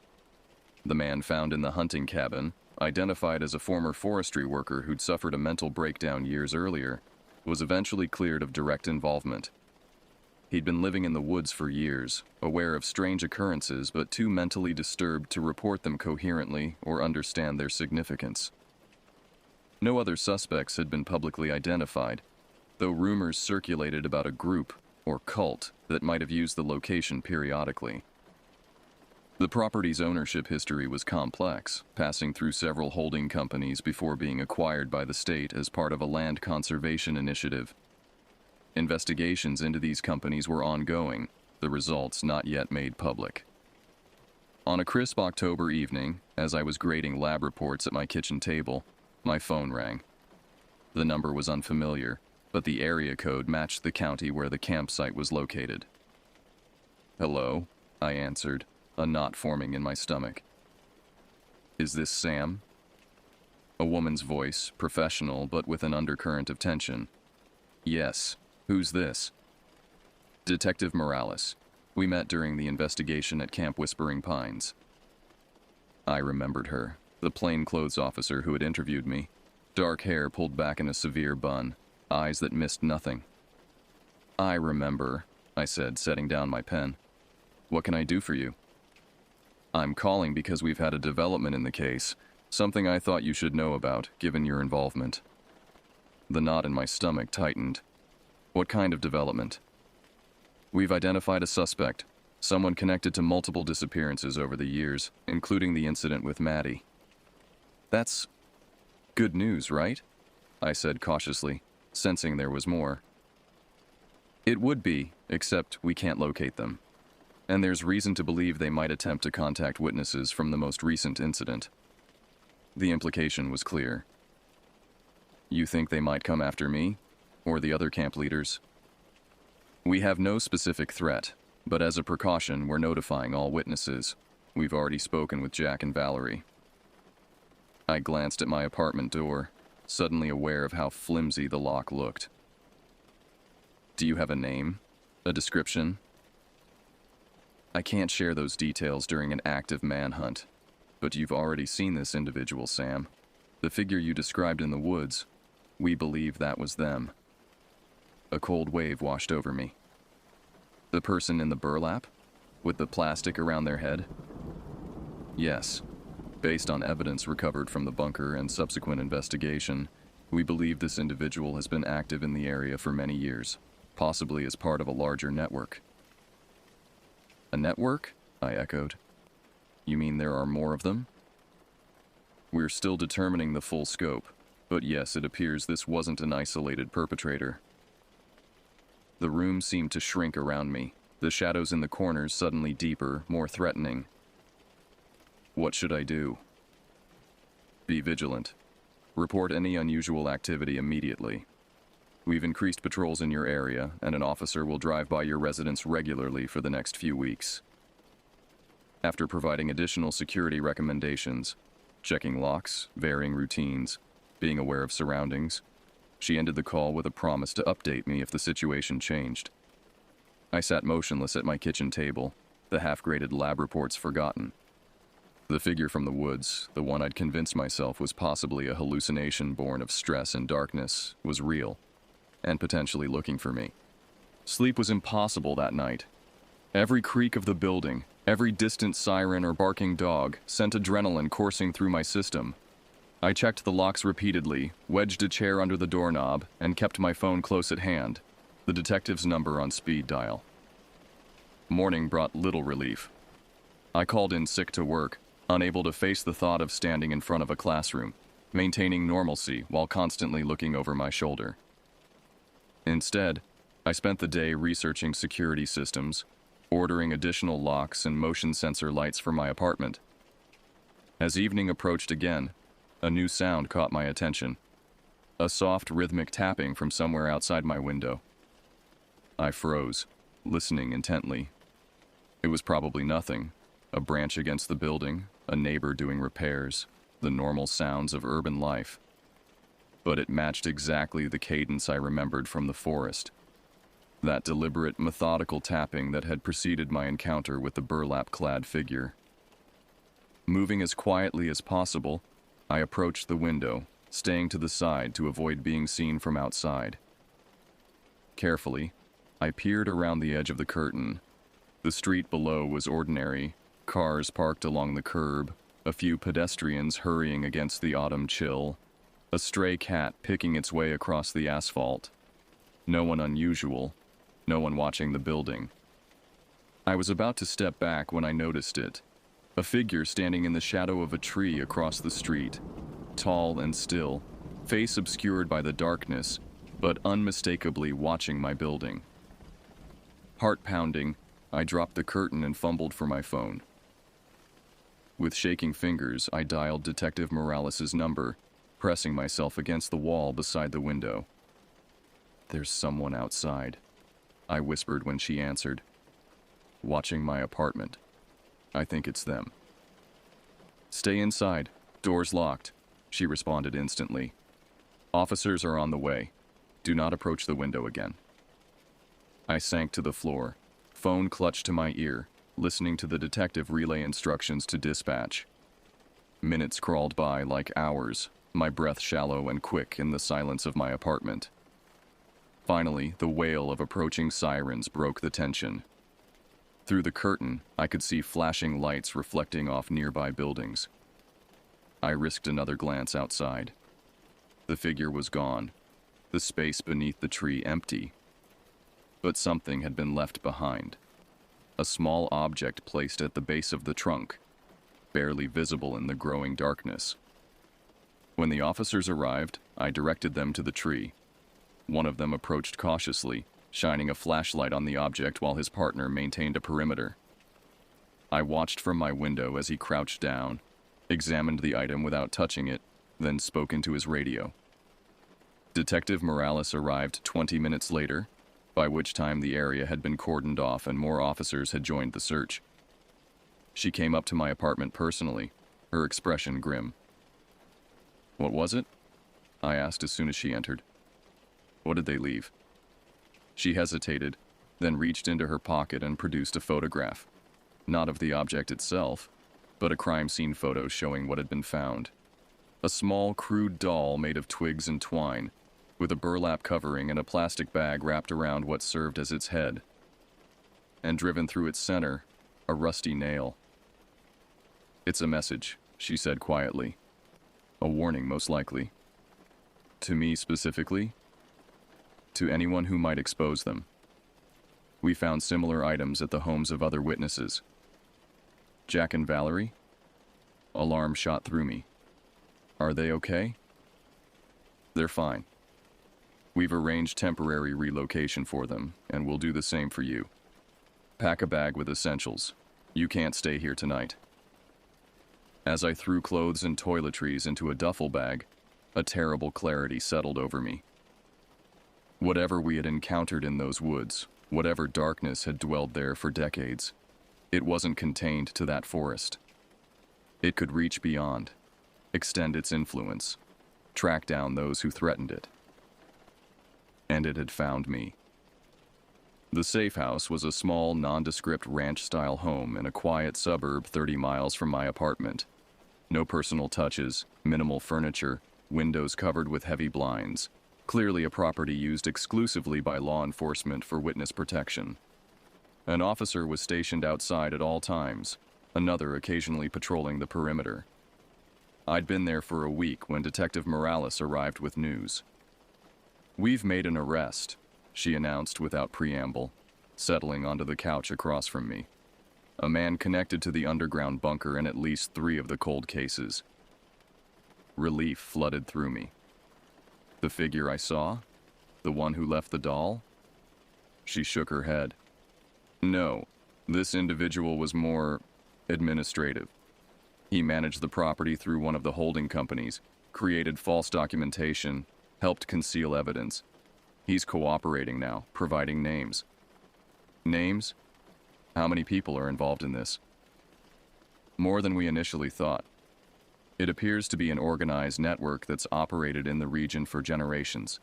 They call themselves the Preservers." "Preservers of what?" Her expression darkened. "According to our informant, they believe they're preserving the old ways. Rituals and practices dating back to early settlers in the area. They see themselves as guardians of some kind of traditional knowledge." "A cult," I said, the word bitter on my tongue. "That's one way to describe it. A particularly secretive and dangerous one." She explained that the organization operated on a cell structure, with most members knowing only a few others. The bunker we discovered was one of several sites used for their activities, which ranged from animal sacrifice to far worse. "The individual you encountered in the woods, the one in burlap, holds a special position in their hierarchy.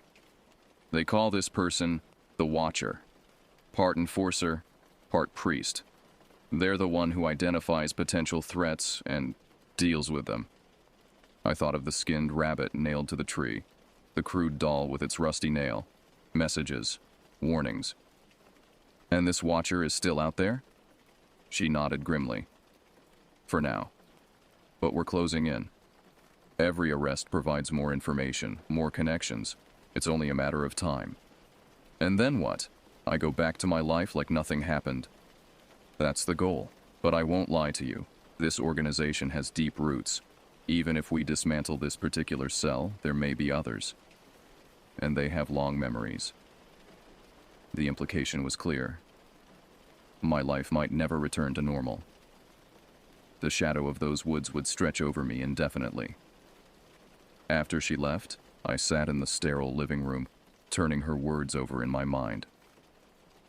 A cult that had operated for generations, an enforcer who marked threats with grotesque warnings, a network that might never be fully uprooted. That night, I dreamed again of the forest, but differently. This time, I stood at the edge of the clearing, watching as figures in rough burlap garments moved among the trees, their faces obscured by crude hoods. They gathered around a central point, where a trapdoor lay open in the earth. From below came a glow, sickly yellow and pulsing, and the sound of that rhythmic tapping, no longer threatening but beckoning. I woke drenched in sweat, the dream clinging to me like cobwebs. Something nagged at my consciousness, a detail that felt significant, but remained just out of reach. The next morning, I requested all the case files Detective Morales could legally share with me. She was reluctant, but eventually agreed, delivering a thick folder of documents, heavily redacted, but still informative. I spent days poring over the materials, maps of the forest with the bunker's location marked, timelines of disappearances, statements from witnesses spanning decades who had reported strange sightings or sounds in those woods. Patterns emerged, connections I hadn't seen before.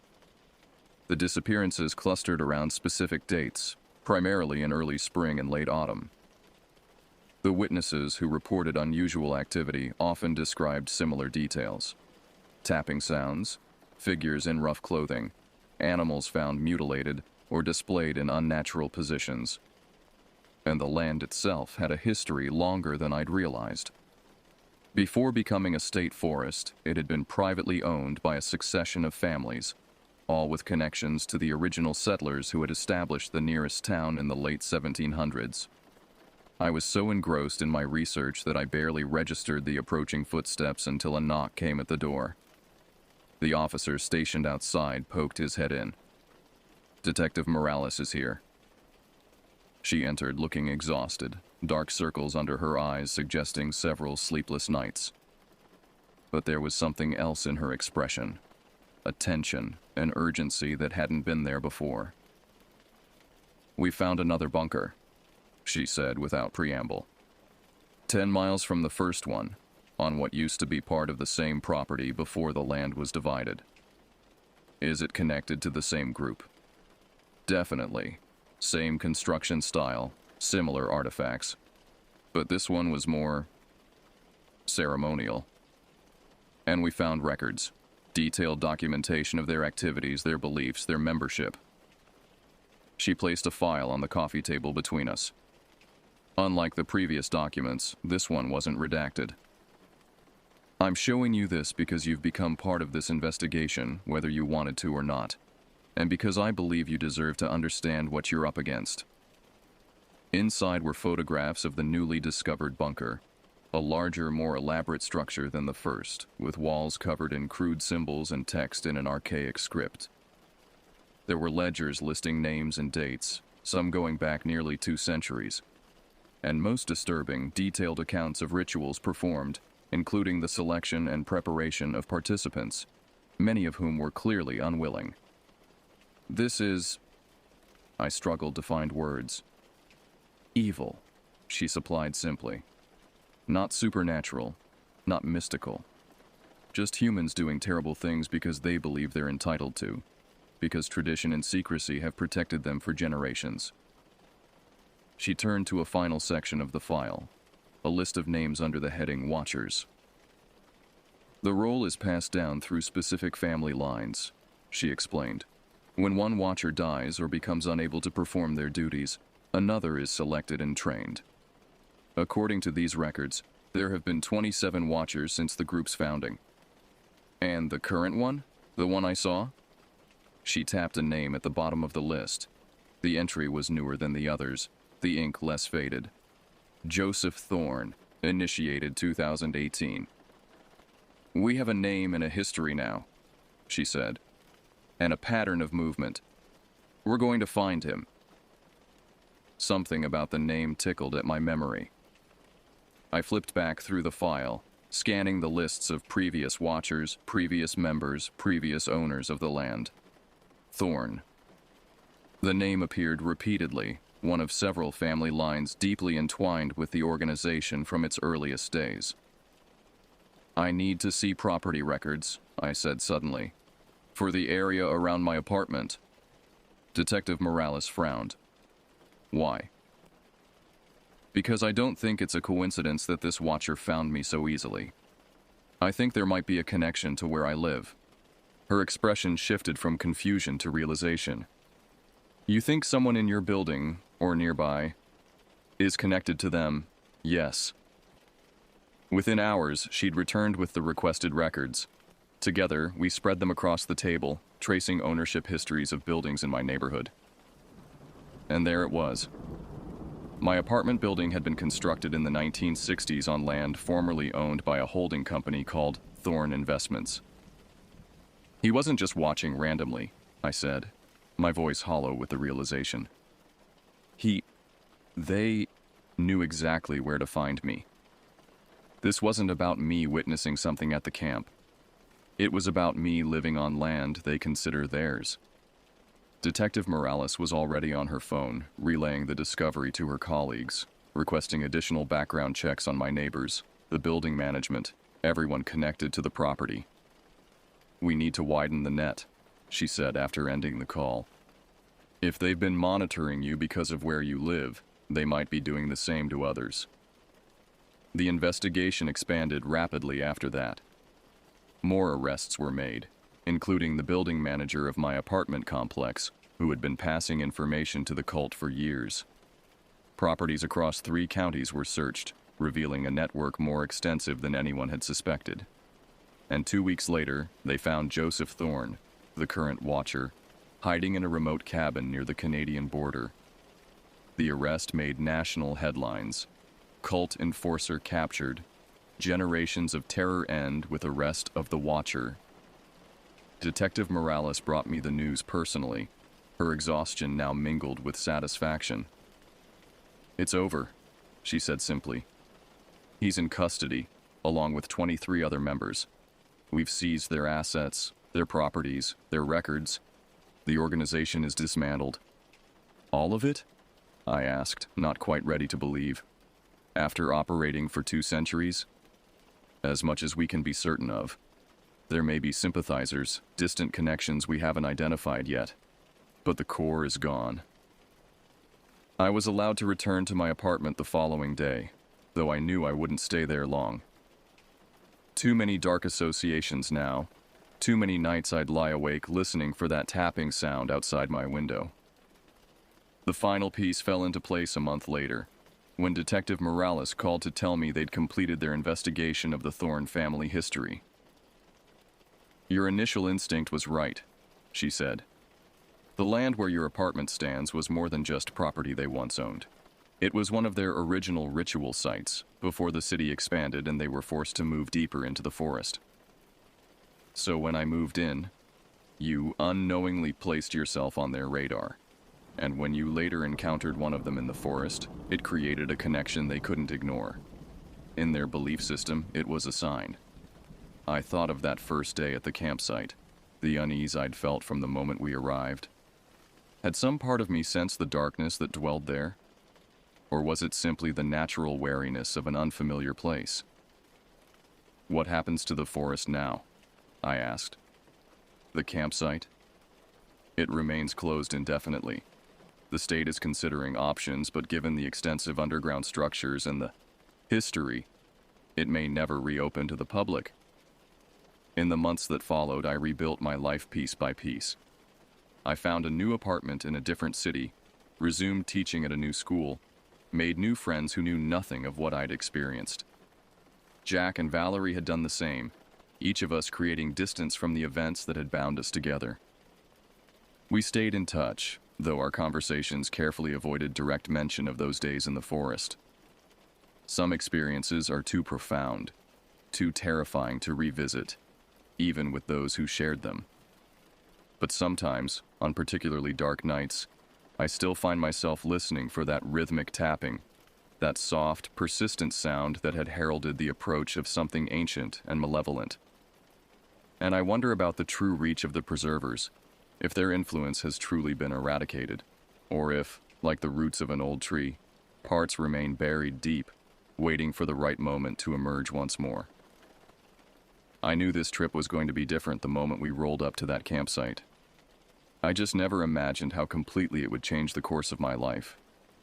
How it would peel back the veneer of normal existence to reveal the darkness that sometimes lurks beneath.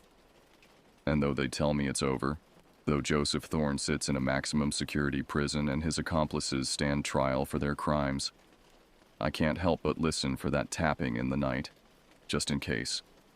Because some watchful eyes never truly close, some traditions never fully die, and some forests hold secrets that refuse to remain buried.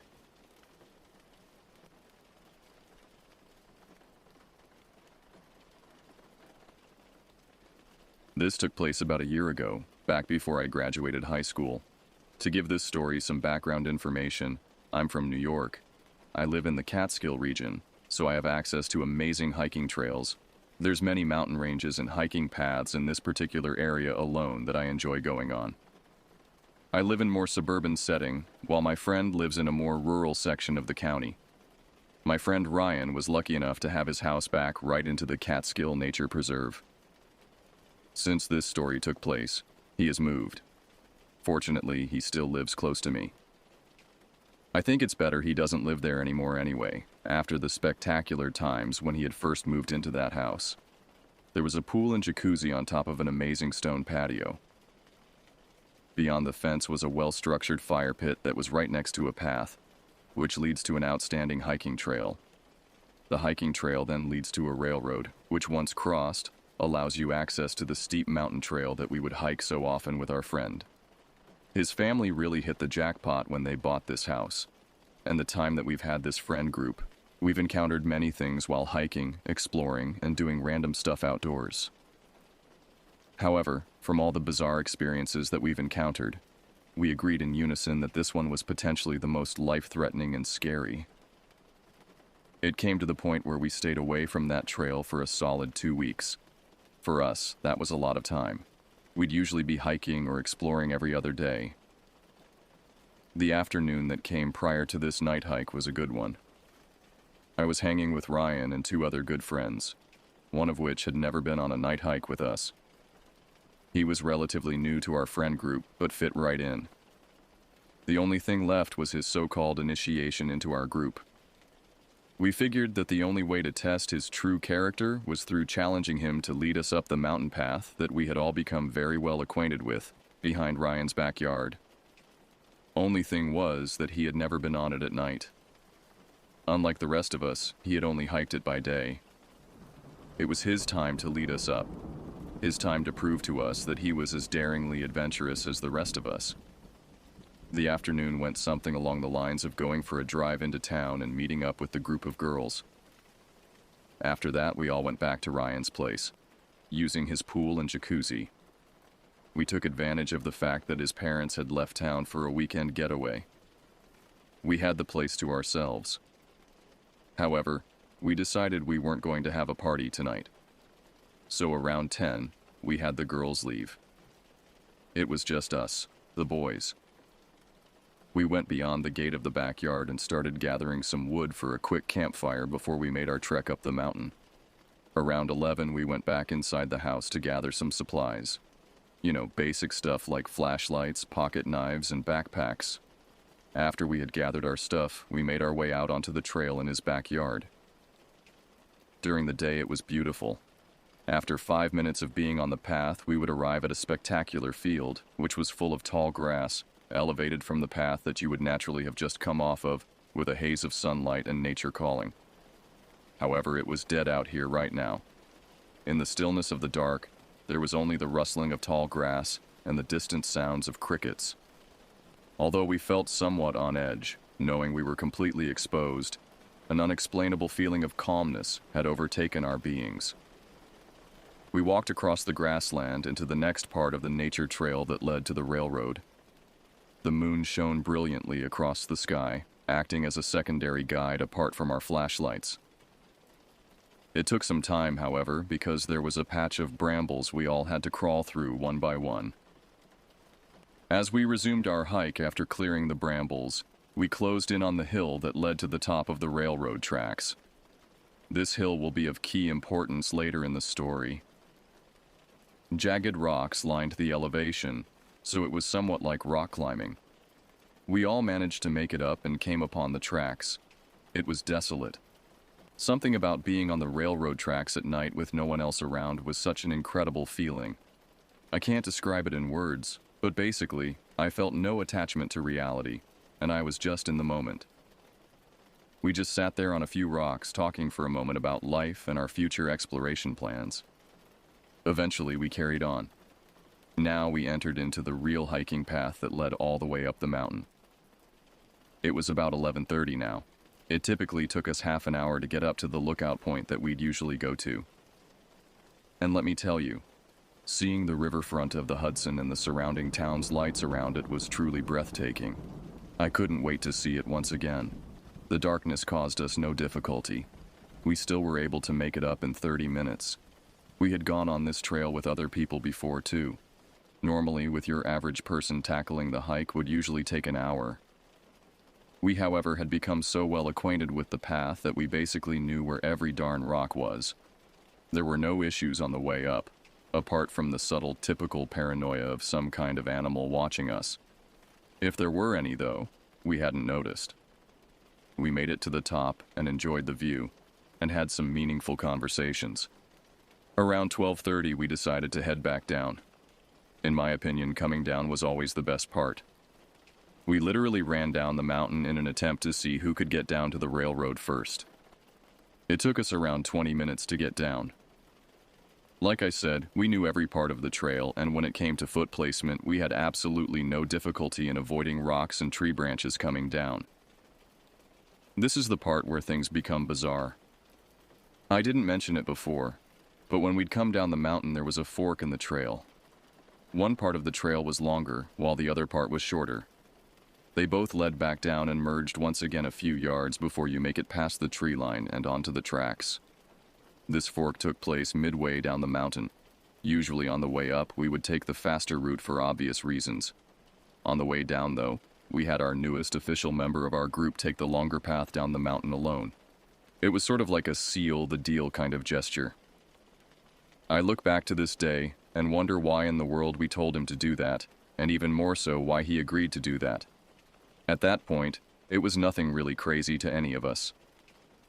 I guess that's only because we were so naive and we'd never been exposed to anything critically unsafe.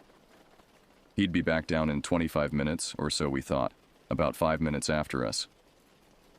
Once Ryan, my other friend, and I had gotten to the bottom of the mountain, we hid behind a big boulder, awaiting our other friend's arrival. Eventually, we heard twigs snapping, and we expected to see our friend coming out. By this point, the moon had been covered by some clouds, so we were not able to make out the key details of the figure. But what we saw come out did not match the stature or physique of our friend. It was skinny and malnourished looking. It was shorter. Its arms came down much further than a human's, at least any human I'd ever seen, which only baffled me more.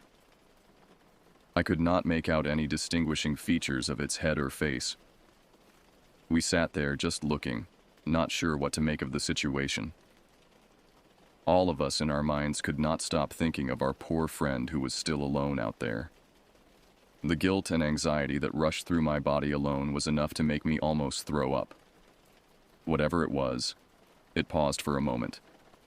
Then, walked the opposite way on the railroad away from us.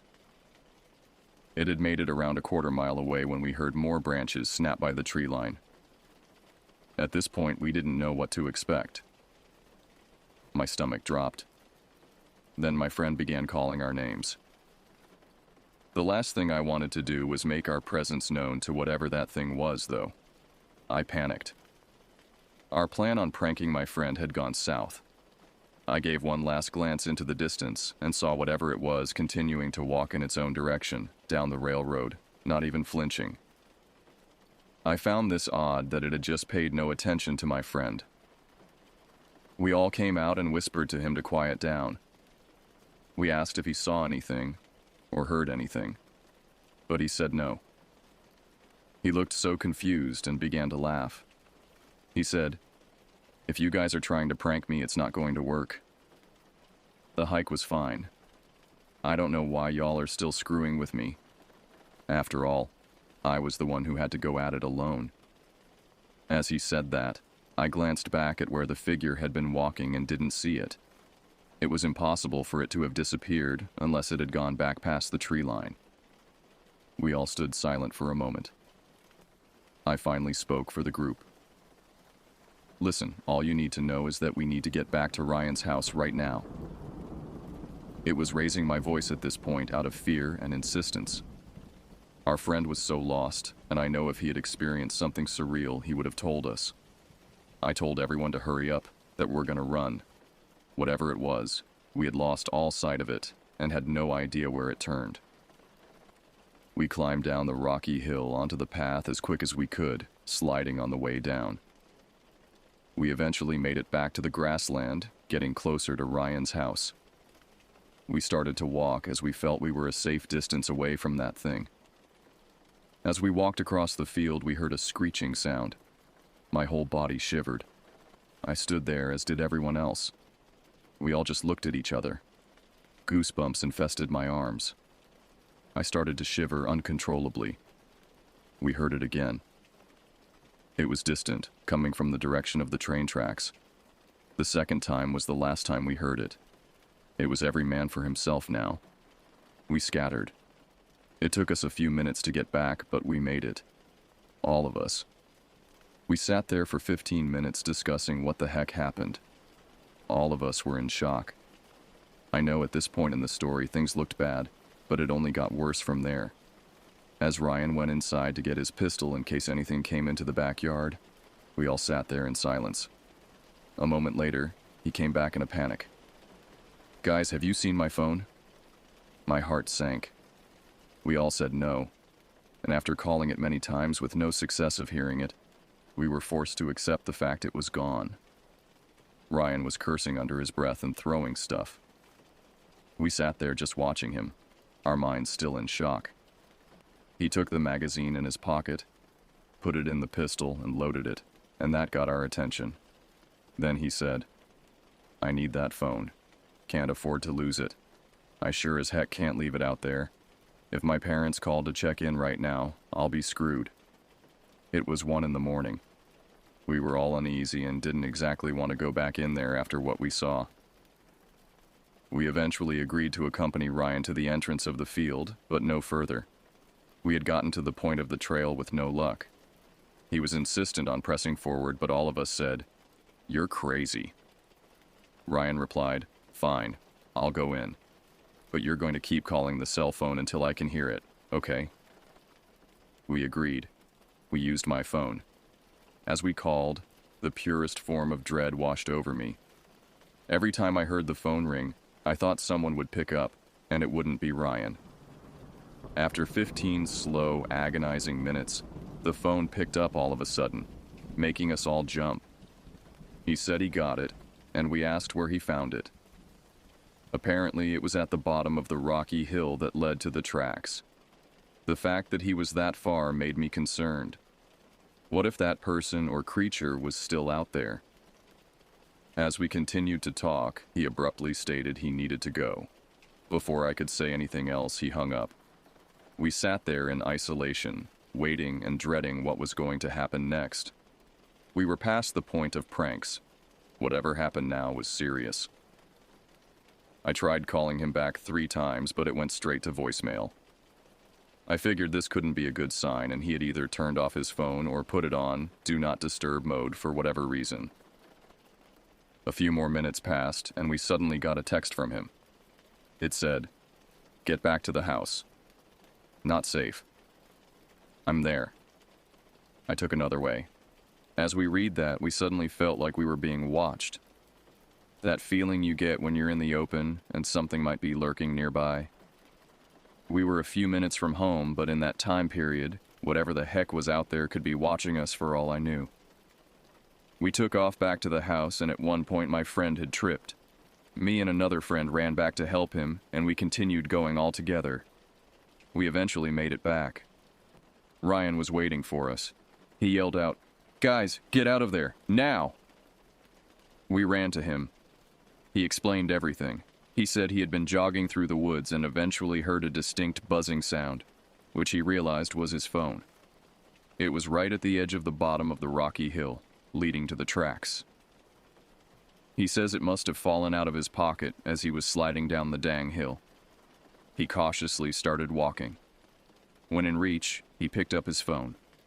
After standing there for a few minutes, distracted on a call with us to let us know that he'd found the phone, he heard something walking on top of the tracks, rocks crunching under the weight of something.